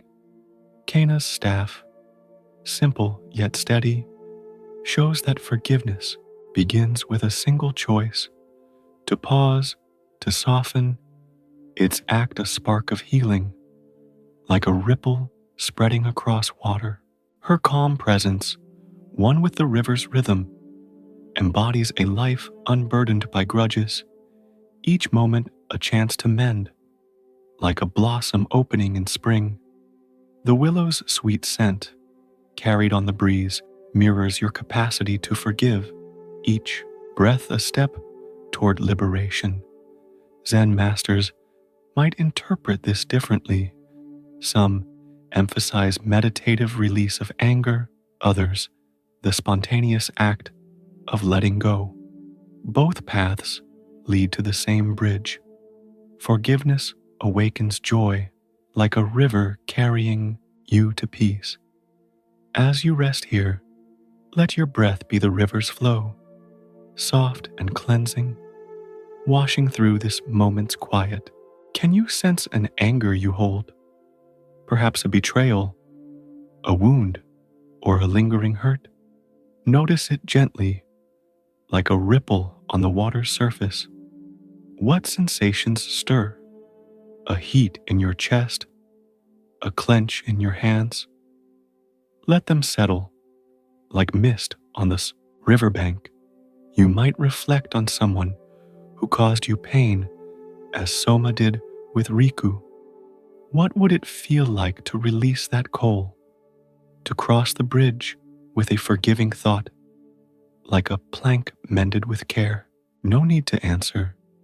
Let the question drift, like willows scent in the air. Imagine standing with Kana, the bridge beneath you, its wood grounding you. The river whispers, "Forgive, you are whole." Each breath is a chance to let go, to awaken with joy tomorrow. As you exhale, feel your heart open, ready to carry this healing into your dreams. The river bridge's gentle flow fades, and now you sit within a small wooden hut at dusk, where a single candle burns softly on a low table, its golden flame casting a warm, flickering glow across rough-hewn walls. The air is cozy, scented with melted beeswax and the faint earthiness of a woven straw mat, each breath slowing to match the candle's steady pulse, a quiet lullaby of tranquility. The flame sways gently, its light a tender beacon in the gathering dark, drawing you deeper into this moment's serene peace. Your body rests heavily, as if the hut's humble embrace cradles you, each exhale a softening into the radiant calm of now. Picture an elder named Aiko, revered in her village for her gentle presence, now frail and nearing the twilight of her years. Her days are simple, yet she often wrestles with an inner restlessness, fearing that life's small frustrations, petty disputes, unmet hopes will dim her heart's light. She wonders how to find lasting peace amidst such fleeting irritations. One evening, a young villager, Cairo, visits the hut, his face tense with worry over a recent argument with a friend that keeps him awake. "I'm troubled by anger," he confesses, "and can't find calm. How do I rest in peace?" Aiko smiles, her eyes resting on the candle, its flame steady despite the breeze through the window. "Watch," she says. Kiro gazes at the light, unwavering in its glow. "Does the flame fight the wind?" Aiko asks. Kiro shakes his head, soothed by its calm. "It burns gently," she says, "finding peace in being. So can you." She hands Kiro a small unlit candle, its wick pristine. "Light this tomorrow and rest." They sit in silence, the flame's warmth on their faces, and Cairo's tension eases, like a shadow fading. That night, he dreams of a candle lighting a village in harmony, waking with a joyful heart ready to live in peace. The Buddha taught, peace comes from within. Do not seek it without. This Zen principle of inner peace urges you to find calm within your heart, untouched by external strife, like a candle's steady flame in a breezy room. Some traditions believe peace requires meditative practice to still the mind, while others see it as a natural state when you release resistance. Aiko's lesson to Kiro reflects this. The candle's gentle glow, like inner peace, shines regardless of outer turmoil, guiding you to sleep soundly and awaken joyful, like a star glowing through a stormy night. What does this mean for you? Kiro's troubled heart mirrors your own. When life's irritations, arguments, worries, or frustrations disrupt your calm, like a gust threatening a fragile flame, you may wonder how to rest peacefully amidst such disturbances, their weight clouding your joy like a shadow over a clear sky. The candle's steady light, soft yet resilient, is like inner peace. It invites you to rest within, letting outer storms pass without clinging, like a river flowing past fallen leaves. Zen teaches that peace is your true nature, always present when you pause to breathe, awakening a heart that rests deeply and rises with joy, like a dawn warming a quiet valley. Aiko's unlit candle, full of potential, shows that peace begins with a single choice: to pause, to breathe. Its simplicity, a spark of calm, like a single breath soothing a restless mind. Her frail yet radiant presence embodies a life of inner tranquility, each moment a steady flame, like a jasmine bloom in winter's chill. The hut's warm glow, scented with beeswax, mirrors your capacity to find peace within, each breath a chance to rest in calm. Zen masters might interpret this differently. Some emphasize meditation to cultivate peace, others, the spontaneous return to your calm center. Both paths lead to the same hut. Peace awakens joy, like a candle's light in the dark. As you rest, here, let your breath be the candle's glow, soft and steady, warming this moment's quiet. Can you sense a disturbance, perhaps an anger, a worry, or a restless thought? Notice it gently, like a breeze through the window. What sensations stir? A tight chest, a racing mind? Let them pass, like shadows on the wall. You might reflect on a moment you felt uncalm, as Kiro did. What would it feel like to pause, to rest in your inner peace, like a candle's steady flame? No need to answer. Let the question settle, like beeswax's scent in the air. Imagine sitting with Aiko, the unlit candle in your hand, its smoothness grounding you. The flame whispers, peace is within. You are whole. Each breath is a chance to rest in calm, to awaken with joy tomorrow. As you exhale, feel your heart open, ready to carry this serenity into your dreams. The hut's candlelit peace fades, and now you walk a winding trail through a dense forest at twilight, where ancient pines tower, their needle-laden branches swaying in a cool evening breeze. The air is sharp, scented with pine resin and the faint dampness of moss-covered earth, each breath syncing with the trail's quiet rhythm, a soft cadence of courage. Fireflies flicker through the dusk, their golden glow weaving delicate trails, like sparks of inner strength, guiding you deeper into this moment's bold serenity. Your body rests heavily, as if the forest's steadfast roots cradle you. Each exhale, a release into the radiant bravery of now. Picture a youth named Taro, barely 17, from a village at the forest's edge. His heart full of ambition, but shadowed by fear of failure. Tasked with retrieving a rare healing herb from a distant grove to save an ailing elder, Taro must brave this unfamiliar trail alone, its darkness stirring doubts about his worth. He wonders why this challenge, and the people who believe in him, like his mentor Kenta, push him toward such daunting tasks.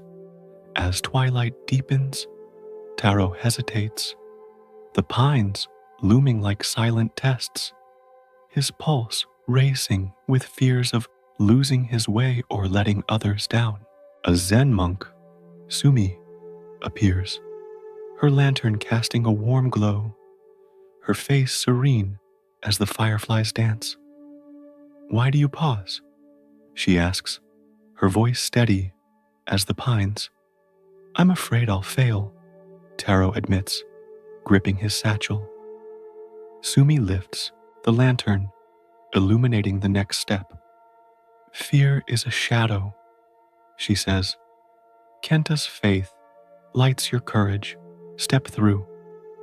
She hands Taro a pine cone, its rough texture grounding. Breathe this and go. Taro inhales, the pine's scent steadying him, and takes a step, then another. Kenta's encouragement, a guiding light. Sumi walks beside him, her presence a quiet anchor, until the grove's herbs glow in the distance. Taro's fear dissolves, replaced by a bold resolve. That night, he dreams of a trail lit by fireflies, each a spark of courage, waking with a joyful heart, ready to face any challenge. The Buddha taught, fear is born of ignorance. With understanding, fear ceases. This Zen principle of courage urges you to face fear with a bold heart, drawing strength from life's challenges and supporters. Like a lantern piercing the dark, some traditions believe courage requires meditative clarity to dissolve fear, while others see it as a natural response to trusting life's flow. Sumi's lesson to Taro reflects this. Kenta's faith, like the lantern's glow, is a call to bravery, its purpose to awaken a heart that sleeps soundly and rises joyful, like a dawn breaking through a stormy night. What does this mean for you? Taro's fear mirrors your heart's quiet hesitation when facing daunting moments, a risky step, a fear of failure, or a challenge that tests your resolve. Like a youth trembling on a shadowed trail, you may wonder why such trials come, or why certain people push you to be brave. Their presence both a comfort and a challenge, like a spark in the dusk. The forest trail, lit by fireflies, is like courage. It invites you to step through fear, trusting your inner strength and the support around you, like a pine standing tall in the wind. Zen teaches that bravery transforms fear into joy, freeing you to rest deeply and awaken with a bold spirit. Like a sunrise warming a quiet valley, Sumi's pine cone, rough yet enduring, shows that courage begins with a single act, breathing, moving forward, its texture a spark of resolve. Like a single note, steadying a trembling heart, her lantern-lit presence embodies a life of fearless trust, each step a testament to inner strength. Like a firefly weaving through the dark, the forest's pine-scented breeze, alive with flickers, mirrors your capacity to face fear, each breath a chance to rise with boldness. Zen masters might interpret this differently. Some emphasize meditative resolve to conquer fear, others, the spontaneous courage of a trusting heart. Both paths lead to the same trail. Bravery awakens joy, like a firefly's glow in the night. As you rest here, let your breath be the firefly's light, soft and bold, illuminating this moment's quiet. Can you sense a fear you hold? Perhaps a challenge, a doubt, or a step you hesitate to take? Notice it gently, like a shadow on the trail. What sensations stir? A racing heart, a tight grip? Let them drift like needles on the forest floor. You might reflect on a moment you felt afraid, as Taro did. What would it feel like to take one brave step? To trust your strength like a lantern's glow? No need to answer. Let the question settle, like pine's scent in the air. Imagine walking with Sumi, the pine cone in your hand, its roughness grounding you. The trail whispers, Courage shines. You are whole. Each breath is a chance to move boldly, to awaken with joy tomorrow. As you exhale, feel your heart open, ready to carry this bravery into your dreams. The forest trail's firefly-lit path fades, and now you stand in a wind-swept meadow at dusk, where a solitary oak tree rises, its gnarled branches reaching into a sky heavy with storm clouds. Thunder rumbles softly in the distance, the air charged with the scent of rain-soaked grass and the sharp tang of ozone, each breath grounding you in the meadow's wild pulse. A quiet anthem of resilience. Lightning flashes, illuminating the oak's rugged bark, its roots deep and unyielding, drawing you deeper into this moment's steadfast calm. Your body rests heavily, as if the earth's enduring embrace cradles you. Each exhale, a release into the radiant strength of now. Picture a farmer named Jiro, who tends fields in a village nestled within this meadow, his life shaped by seasons of planting and harvest.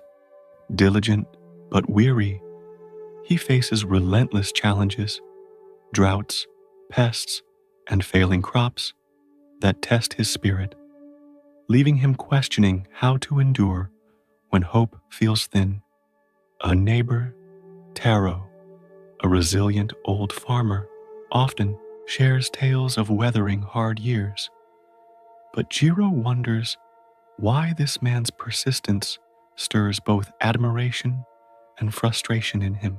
One evening, as storm clouds gather, Jiro seeks shelter under the oak, his hands rough from toil, his heart heavy with despair. Why do hardships keep coming? He mutters, eyeing the darkening sky. A Zen monk, Riko, approaches, her cloak billowing in the wind, her face serene as the storm's heart. What burdens you? She asks, touching the oak's bark. Jiro replies, I'm tired of struggling. Taro's strength only highlights my weakness. Riko traces a root, deep and steadfast. Does the oak curse the storm? She asks. Jiro notices the tree bending, unbroken. No, he says. Riko hands him an acorn, small yet solid. Taro's endurance teaches you strength, she says. Stand firm and grow. Jiro holds the acorn, planting it beside the oak as rain begins. Taro's stories echoing as a guide. They stand together, the storm's roar softening, and Jiro's despair lifts, his heart fortified. That night, he dreams of fields thriving through storms, waking with a joyful heart, ready to endure. The Buddha taught, just as a solid rock is not shaken by the storm, even so, the wise are not affected by praise or blame. This Zen principle of resilience, virya, urges you to cultivate enduring strength amidst life's trials, like an oak rooted through gales, guiding you to sleep soundly and awaken joyful. Some traditions believe resilience requires meditative discipline to steady the heart, while others see it as a natural response to life's challenges when you trust your inner strength. Riko's lesson to Jiro reflects this. Taro's resilience, like the oak's roots, is a teacher, its purpose to awaken Jiro's endurance, like a tree growing stronger through storms. What does this mean for you? Jiro's weariness mirrors your heart's quiet struggle when life's challenges, setbacks, doubts, or relentless trials test your spirit, like a farmer facing endless storms. You may wonder why hardships persist, or why certain people, like Taro, seem to highlight your struggles, their presence both a mirror and a guide, like lightning in the dusk. The oak's deep roots, yielding yet unbroken, are like virya. They invite you to stand firm, drawing strength from within to endure.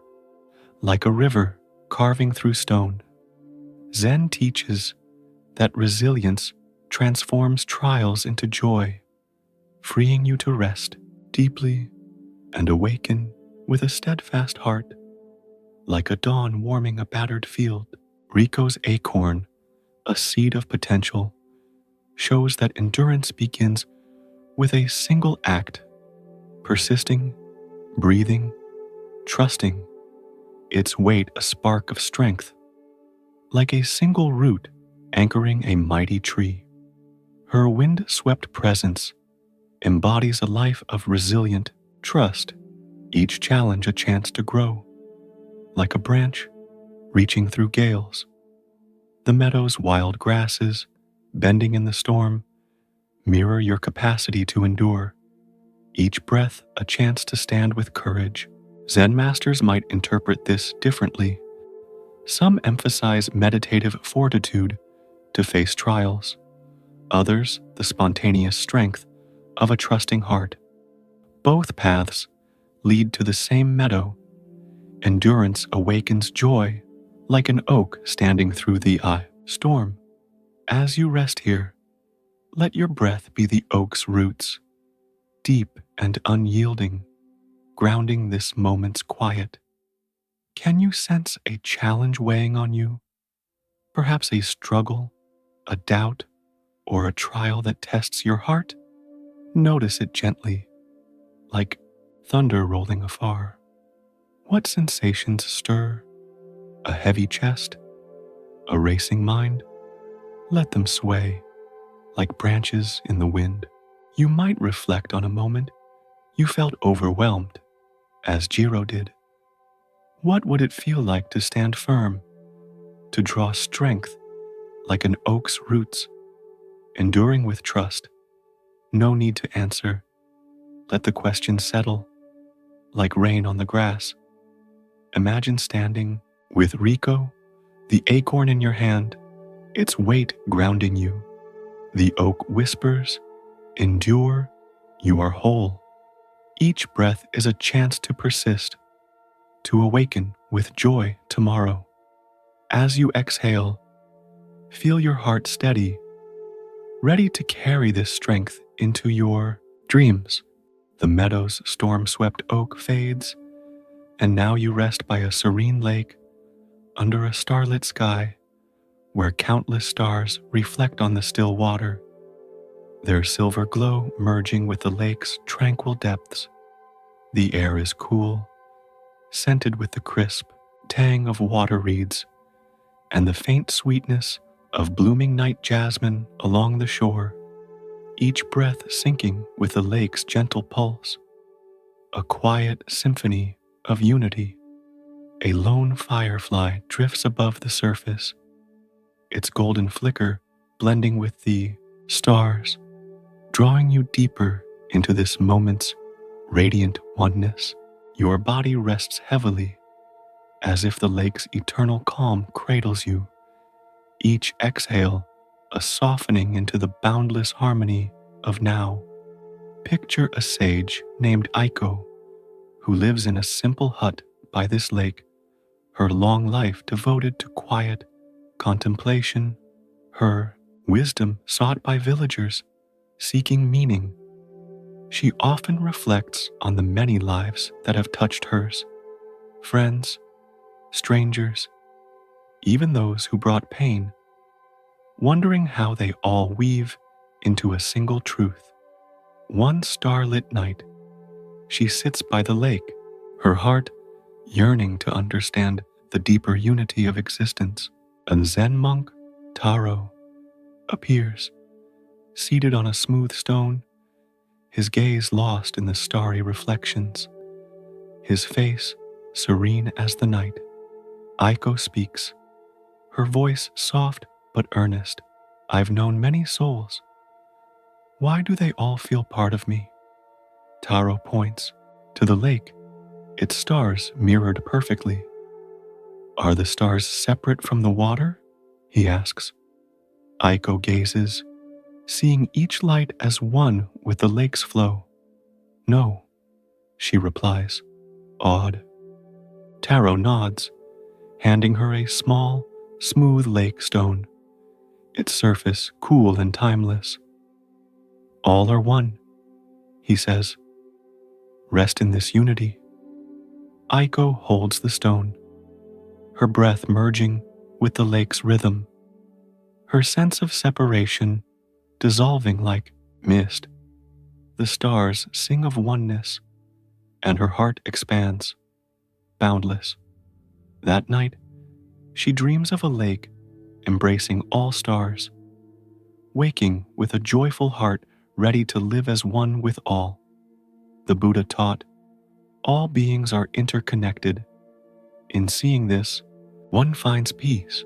This Zen principle of interconnectedness reveals that every life, every moment, is part of a single, unified whole, like stars reflected in a boundless lake, guiding you to sleep soundly and awaken joyful. Some traditions believe this oneness requires meditative insight to realize, while others see it as a lived truth in every encounter. Taro's lesson to Aiko reflects this. The lake's starry reflections, like all existence, are not separate, but one, their unity awakening a heart at peace, like a single breath joining the cosmos. What does this mean for you? Aiko's yearning mirrors your heart's quiet wonder about life's tapestry, why certain people, moments, or experiences shape you, their connections a mystery. Like stars scattered across a vast sky, the starry lake, where each light merges, is like interconnectedness.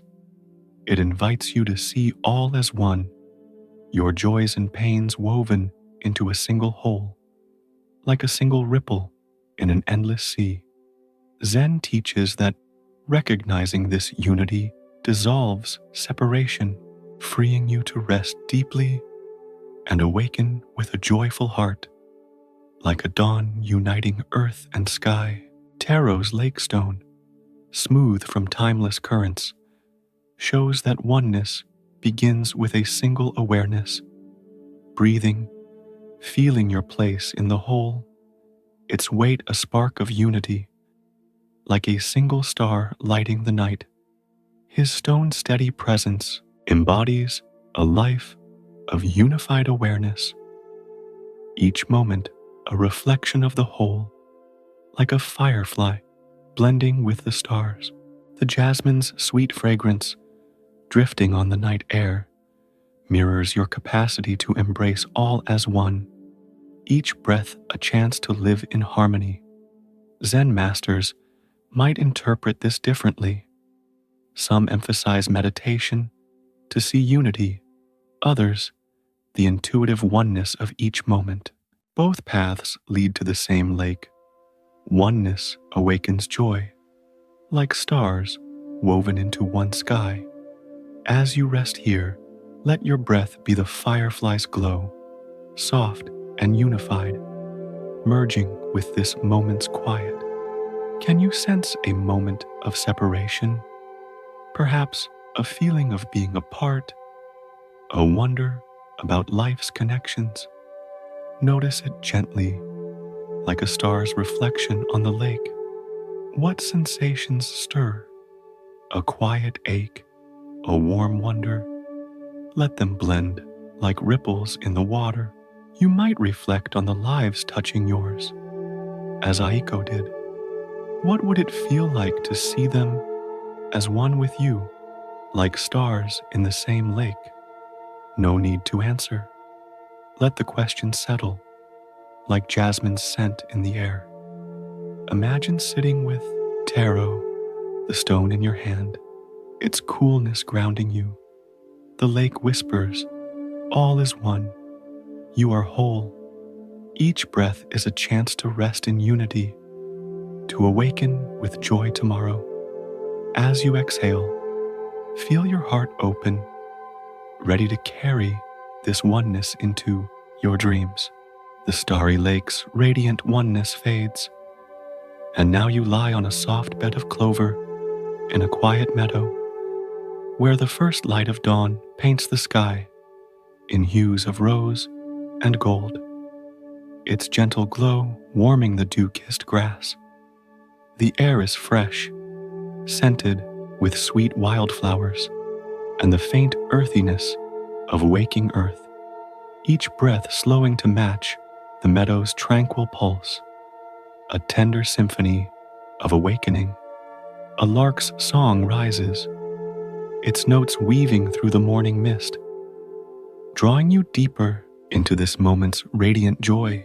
Your body rests heavily, as if the meadow's loving embrace cradles you, each exhale a drift toward the serene peace of sleep. Imagine a seeker named Hana, who has wandered ancient Japan's paths for decades, her heart burning with a quest for lasting joy amidst life's fleeting moments. She has met countless souls, teachers, friends, strangers, each offering glimpses of truth.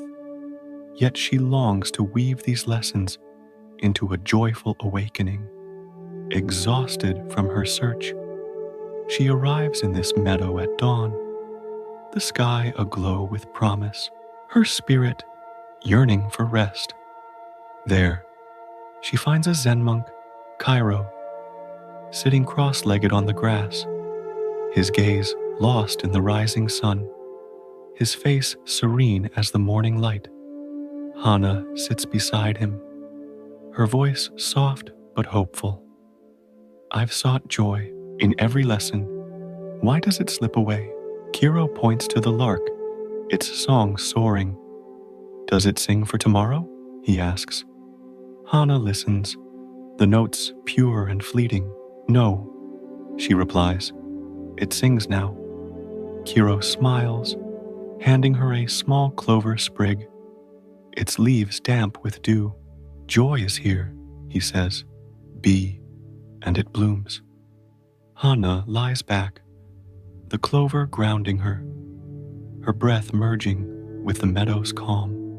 The dawn sings of joy, and her seeking heart stills, complete in the moment. That night, she dreams of a meadow where every blade of grass shines with light, waking with a joyful heart ready to live fully. The Buddha taught, in the end, only 3 things matter: how much you loved, how gently you lived, and how gracefully you let go of things not meant for you. This Zen principle of mindful joy invites you to embrace each moment with love and presence, finding lasting happiness in life's simplicity. Like a lark's song at dawn, some traditions believe joy requires meditative cultivation to uncover, while others see it as your natural state when you live fully now. Kiro's lesson to Hana reflects this. The lark's song, like joy, is complete in its moment, guiding you to sleep soundly and awaken joyful, like a sunrise warming the earth. What does this mean for you? Hana's quest mirrors your heart's quiet longing for lasting joy, seeking happiness in achievements, relationships, or dreams, yet feeling it slip away, like a seeker chasing a fleeting dawn. The meadow's radiant light, embracing each blade of grass, is like mindful joy. It invites you to rest in the now, where every moment blooms with happiness, like a clover sprig glistening with dew. Zen teaches that joy is not a distant goal, but your essence, shining when you love gently and let go gracefully, freeing you to rest deeply and awaken with a light heart. Like a lark singing without care. Kiro's clover sprig, small yet vibrant, shows that joy begins with one mindful act, noticing, breathing, being, its simplicity a spark of happiness, like a single note in a morning song. His sunlit presence embodies a life of joyful awareness, each moment a celebration, like a wildflower opening to the dawn. The meadow's lark song, woven with mist, mirrors your capacity to live joyfully, each breath a chance to embrace the now. Zen masters might interpret this differently. Some emphasize meditation to uncover joy, others, the spontaneous delight of each moment. Both paths lead to the same meadow. Joy awakens within, like a dawn lighting your heart. As you rest here, let your breath be the lark's song, soft and free, rising in this moment's quiet. Can you sense a longing for joy? Perhaps a wish for happiness, a chase for more. Notice it gently, like mist in the meadow. What sensations stir? A quiet ache, a warm hope? Let them drift like clover in the breeze. You might reflect on a moment you sought joy elsewhere, as Hana did. What would it feel like to rest here, to find joy in this breath, like a lark's song at dawn? No need to answer.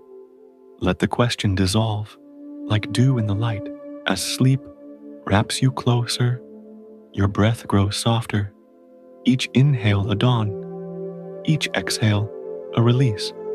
Thoughts float by, clouds passing without weight. Let them go.